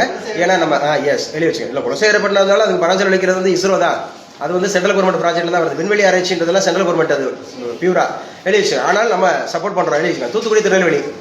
தூத்துக்குடி திருநெல்வேலி குலசேகரப்பட்டினம் சொல்லிட்டு இருக்க தூத்துக்குடியில் அதில் விண்வெளி தொழிலீட்டு முதலீட்டு மண்டலம் அப்படின்னு சொல்லி உருவாக்குறோம். INS ஸ்பேஸ் இணைந்து செயல்பட்ட விண்வெளி பொது தொழில்நுட்ப வசதி இதெல்லாம் நம்ம பயன்படுத்துறோம்னு சொல்றாங்க. அறிவகம் அப்படிங்கிற இந்தியன் முதல் நகரம். சூப்பருங்க, இதாங்க முக்கியமானது, எழுதி வச்சுங்க. நாலேஜ் சென்டர் அறிவகம் அப்படின்னு சொல்லக்கூடிய அறிவகம் இந்தியாவோட முதல் AI நகரமா, இந்தியாவிலே ஃபர்ஸ்ட் AI நகரம். ஆர்டிபிஷியல் இன்டெலிஜென்ஸுக்குன்னு ஒரு புதிய நகரம் உருவாக்குறாங்க. எவ்வளவு கோடியில சார்? 5 கோடியில. பஸ்ஸை பாருங்க, AI சிட்டி இப்படிதான் இருக்கும். ஒரு சிட்டி AI சிட்டி அப்படின்னு சொல்லி ஒன்று இருக்கு. நீங்க போய் பாருங்க, ஸ்மார்ட் சிட்டிலாம் நிறைய உருவாக்குறாங்க. நீங்க சென்னை திருச்சி போனீங்கன்னா மொராய் சிட்டின்னு ஒன்று பாருங்க. மொராய் சிட்டின்னு ஒன்று இருக்கு திருச்சிக்கு. ஒரு 500 மீட்டர் திருச்சி ரீச் பண்றதுக்கு முன்னாடி ஒரு 500 மீட்டர் மொராய் சிட்டின்னு இருக்கு. உள்ள ஒரு விசிட் போயிட்டு வாங்க. அப்படியே மாடர்னைசேஷனா இருக்கும். சினிமால பாக்குறோம்ல, நான் கூட போயிருந்தேன், ஹைதராபாத் போயிருந்தேன். நான் மொராய் சிட்டியும் போயிருக்கேன். அதுக்காக சொல்றேன், பார்த்தனால சொல்றேன். எல்லா வீடுகளும் அதுக்குள்ளேயே ஒரு பப்ளிக் ஸ்கூல்ஸே ஒரு 3-4 ஸ்கூல் இருக்கு. அங்க எல்லாம் கம்ப்ளீட்லி மாடர்னைசேஷன், பக்கா மாடர்னைசேஷன் அப்படிங்கிற மாதிரி இருந்துச்சு. நான் 2015 அங்க போயிருந்தேன். அப்பவே இடம்லாம் வாங்க சொன்னாங்க. இடம் வாங்க சொன்னாங்க. நீங்க வாங்க, ஒரு சென்டே வந்து பாத்தீங்கன்னு சொன்னா 15 லட்சம் தான் சொன்னாங்க அப்போ 2015. இப்ப போறேன் குரோர்ல சொல்றாங்க. இப்ப ரீசெண்டா இடையில உள்ள போனா குரோர்ல சொல்றாங்க. எல்லா ஏன்னா அடுத்து வந்து உங்களுக்கு அடுத்த ஒரு கேபிட்டல் சிட்டின்னு உருவாச்சுன்னா எதுதான் இருக்கும்? திருச்சி தான் இருக்கும் கேபிட்டல் சிட்டி. சென்னைக்கு அடுத்து ஒரு பெரிய கேபிட்டல் சிட்டியா பிரிச்சாங்கன்னா திருச்சி தான் இருக்க வாய்ப்பு இருக்கு. அப்படிங்கிற போது அந்த மொராய் சிட்டி அப்படிங்கிறது வாய்ப்பு இருந்தால் உள்ள போய் பாருங்க. ஸ்மார்ட்டா இருக்கும், ரொம்ப ஸ்மார்ட் சிட்டி அப்படிங்கிற மாதிரி சொல்லியிருக்கோம். இந்த ஃபாரின்ல இருக்கக்கூடிய அந்த எல்லா அமெனிட்டிஸும் அப்படி இருக்கிற மாதிரி இருக்கும். சரியா? இப்போ நான் வந்து ஹைதராபாத் போயிருந்தேன். ஹைதராபாத் போயிருக்கும் போது ஒரு சிட்டி காமிச்சாங்க, அதாவது சினிமா சிட்டி. அந்த சிட்டி பார்த்தா எல்லா நாடும் அங்கே இருக்குங்க. UK இருக்கு, USA இருக்கு. அதாவது நம்ம ஊர் படம் பிடிச்சா UKல போய் எடுக்கிறாங்க நினைச்சிட்டு இருந்தோம்ல. UKக்கு போய் எடுக்கிறாங்க, ஆஸ்திரேலியாவுக்கு போய் எடுக்கிறாங்க, இல்லை லண்டன்ல போய் எடுக்கிறாங்க. லண்டன் மாதிரியே நகரம் இருக்கு. லண்டன் மாதிரியே இந்த படம்லாம் அங்கங்க எடுத்ததுன்னு சொல்லிட்டு அங்கே போட்டு காமிக்கிறாங்க. விஜய்லாம் ஆடுறாருல, விஜய் நிறைய படங்கள்ல அதுக்கு போட்டு காமிச்சாங்க. ட்ரெயின்லாம் நம்ம பார்த்தோம்ல, ட்ரெயின்ல உண்மையாவே படம் எடுப்பாங்கன்னு பார்க்குறோம்னு நினைச்சோம்ல. அது பூரா ட்ரெயின் அப்படியே நிக்குதுங்க. ட்ரெயின் அங்கே நிக்குது, கப்பல் அங்கே நிக்குது. இந்த பாகுபலி படம் எடுத்தாங்கல்ல, அந்த செட்டு அப்படியே இருந்துச்சு. Ramoji film city. எஸ், ராம்ஜியா? ராமோஜி தான், ராம்ஜி இல்ல. Ramoji film city. அந்த ராமோஜி பிலிம் சிட்டில போய் பாத்தீங்கன்னா அப்பப்ப அப்படி அந்த செட்டு போட்டு அப்படி இப்படி இருக்குங்க. இந்த செட்ல நான் பார்த்தேன். நான் அந்த கட்டப்பான்ற கேரக்டர்லாம் வரும்ல, அதெல்லாம் நான் உட்காந்துலாம் போட்டோலாம் எடுத்தோம். அது அந்த படம் அப்புறம் இந்த படங்கள் வந்து பாத்தீங்கன்னா தனுஷ்லாம் இப்போ ரீசெண்டாக நடிச்ச படம் ஏதோ ஒரு படம்லாம் அங்கே போட்டு வச்சிருந்தாங்க. அதெல்லாம் ஒவ்வொரு படமாக காமிச்சாங்க. ஸோ ராமோஜி அது ஆக்சுவலாக வந்து ராமோஜி அப்படிங்கிறதுல ஃபிலிம் சிட்டியில் ஒரு பெரிய அரண்மனை இருக்குங்க. அந்த அரண்மனையில் டெய்லி இந்த டான்ஸ் ஆடி அந்த அப்படியே ராஜாக்கள் மாதிரியே வர்றாங்க. அவங்க டூரிஸ்ட்டை கவர்றதுக்காக ராஜாக்கள் மாதிரி வர்றாங்க. இந்த தர்பார் மாதிரி நடத்துகிறாங்க. அதெல்லாம் பார்க்குறப்ப இது சினிமாவில் பிரம்மாண்டமாக பார்த்த மாதிரியே இருக்குது. ஒரு முறை போயிட்டு இருக்கிறேங்க. தெலுங்கானா போனீங்கன்னா போய் பாருங்க. ராமோஜி ஃபிலிம் சிட்டி அப்படிங்கிறது ஒன்று இருக்குது. ஸோ அப்போ 5 கோடி ரூபாயில ஸ்மார்ட் சிட்டியா? அடுத்த தொழில் வர்த்தகத்துக்கு வந்து பாருங்க 4444 கோடியா. 44 பசுமை எஃகு ஸ்டீலே பசுமை எஃகுவான் 60 கோடி அதுக்காக ஒதுக்கி இருக்கிறாங்க. ஸோ அடுத்து இந்த துறை பாருங்க. குறு சிறு இளைஞ எம்எஸ்எம்இக்கு 2142 கோடி. நேற்று பார்த்தோமா? முந்தானத்து இல்லை, நேற்றுக்கு பார்த்தோமா? முந்தானத்து பார்த்தோமா? எம்எஸ்எம்இ அப்படின்னு சொல்றதுக்கு ஒரு அமெண்ட்மெண்ட் வந்திருக்கு. ஏன்னா பில்லு ஒதுக்கி இருக்காங்க எம்எஸ்எம்இ. ஸோ வடிவமைப்பு தமிழ்நாடு பனை தொழில் அப்படிங்கிறது அதிகமாக நடைபெறும் மாவட்டம் எது? ராமநாதபுரம் இருக்கு, தூத்துக்குடி இருக்கு, தென்காசி இருக்கு. ராமநாதபுரம், தூத்துக்குடி, தென்காசி இந்த மாவட்டங்களில் என்ன நடக்குது? பனைத்தொழில் அப்படின்னு சொல்றது அநேகரா இருக்கும். திருப்பூர் டெக்ஸ்டைல்ஸ் டெக்னாலஜி சென்டர் ஒரு 10 கோடியா டெக்ஸ்டைல்ஸுக்கு. கைத்தறித்திறன் துணில் அதுக்கெல்லாம் பாருங்க. டிஜிட்டல் அரசு இ சேவை 2.0. ஸோ 2.0 அப்படிங்கிற மாதிரி உருவாக்கி இருக்கிறாங்க. செயற்கை நுண்ணறிவு தகவல் தொழில்நுட்பம் 398 கோடி ரூபாய். எரிசக்தி தன்னிறைவு அடையணும்னு சொல்லியிருக்காங்க. வீட்டுக்குறை சூரிய மின்மானிய திட்டம். எஸ், அதாவது சோலார் பேனல் அமைக்கிறாங்கல்ல, சோலார் பேனல் ஒரு சூரிய மின் பலகைக்கு 1 லட்சம் வரை மானியம் கொடுக்குறாங்களாங்க. ஓகே, ஒரு மின் பலகைக்கு 1 லட்சம் வரை மானியம் கொடுக்குறாங்களா? தமிழக அரசும் கொடுக்குறாங்க, சென்ட்ரல் கவர்மெண்ட்டும் கொடுக்குறாங்க. ஸ்மார்ட் மீட்டர் மின்சாரத்துறையில் ஸ்மார்ட் மீட்டர் அப்படின்னு சொல்லிட்டு ஒன்று அமைக்கிறாங்க. யாரு எழுதி வச்சுங்க. மின்சாரத்துறைக்கு 4000 கோடி. யாருங்க இதற்கான அமைச்சர்? நிர்மல் குமார். அதாவது கோயம்புத்தூர், அரியலூர் அந்த மின் பகிர்மான பாதை திட்டத்துக்கு மட்டும் 4000 கோடியா. பசுமை எரிசக்தி, புதிய துணை மின் நிலையங்கள் ஓரளவுக்கு பார்த்துட்டோன்னு நினைக்கிறேன். கம்ப்ளீட்டு நிறைய பார்த்தாச்சு. ஆத்தடி 154 பக்கமா. எரிசக்தி துறை உலகத்தரத்தில் உருவாகும் சென்னையை வந்து உலகத்தரத்துக்கு கொண்டு வர்றாங்க. 25 கோடி இதுக்காக ஒதுக்குறாங்களா. ஏஐ திட்ட அனுமதி, அனைவருக்கும் தரமான வீடு. இந்த படம்லாம் பார்க்கும்போது கொஞ்சம் சந்தோஷமா தான் இருக்கு. இப்படி பார்க்குறப்ப இதெல்லாம் படத்தை பார்க்கும்போது வைக்கும்போது இதில் சொல்கிறேன், இந்த மாதிரி வந்துச்சுன்னா. ஆனால் இல்லை இதே மாதிரி தாங்க இப்போ இருக்குது. நான் சொன்ன அந்த மொராய் சிட்டி, நீங்கள் மொராய் சிட்டி போய் பாருங்கள். அப்போ அவ்வளோ க்ளீனாக இருக்குது. அவ்வளோ க்ளீனாக பிள்ளைங்க ஸ்மார்ட்டாக இருக்காங்க. சார் இந்த முதல் படத்துல கிளைமாக்ஸ்ல காட்டுவாங்கல்ல சார், அது மாதிரி மாறப்போகுது சார். அது மாதிரி வரப்போகுது. எஸ், ஆமா, நிஜமாதான் அப்படி காமிப்பாங்க. அந்த படத்துல காமிப்பாங்க. உலக தரத்தில் உருவாகும் சென்னை நதிகள். இது ஏற்கனவே கூவமாறு அப்படிங்கறத வந்து பாத்தீங்க அப்படின்னு சொன்னா அதை புனரமைச்சாங்க. இப்போ மறுபடியும் அதுக்காக படகு சவாரிலாம் பண்ண போறாங்களா கூவாறுல. அடையாறு, அந்த கூவனா அடையாறு ஆறு போகுதுல, அந்த ஆறு தான் கூவாறு. அங்க ஸ்மெல்லு பயங்கரமா இருக்கும். ஆனா இப்படி இருந்தா எப்படி இருக்கும் பாருங்க. இப்படி மாத்த போறாங்க. இது என்னமோ லண்டன்ல இருக்கிற மாதிரி.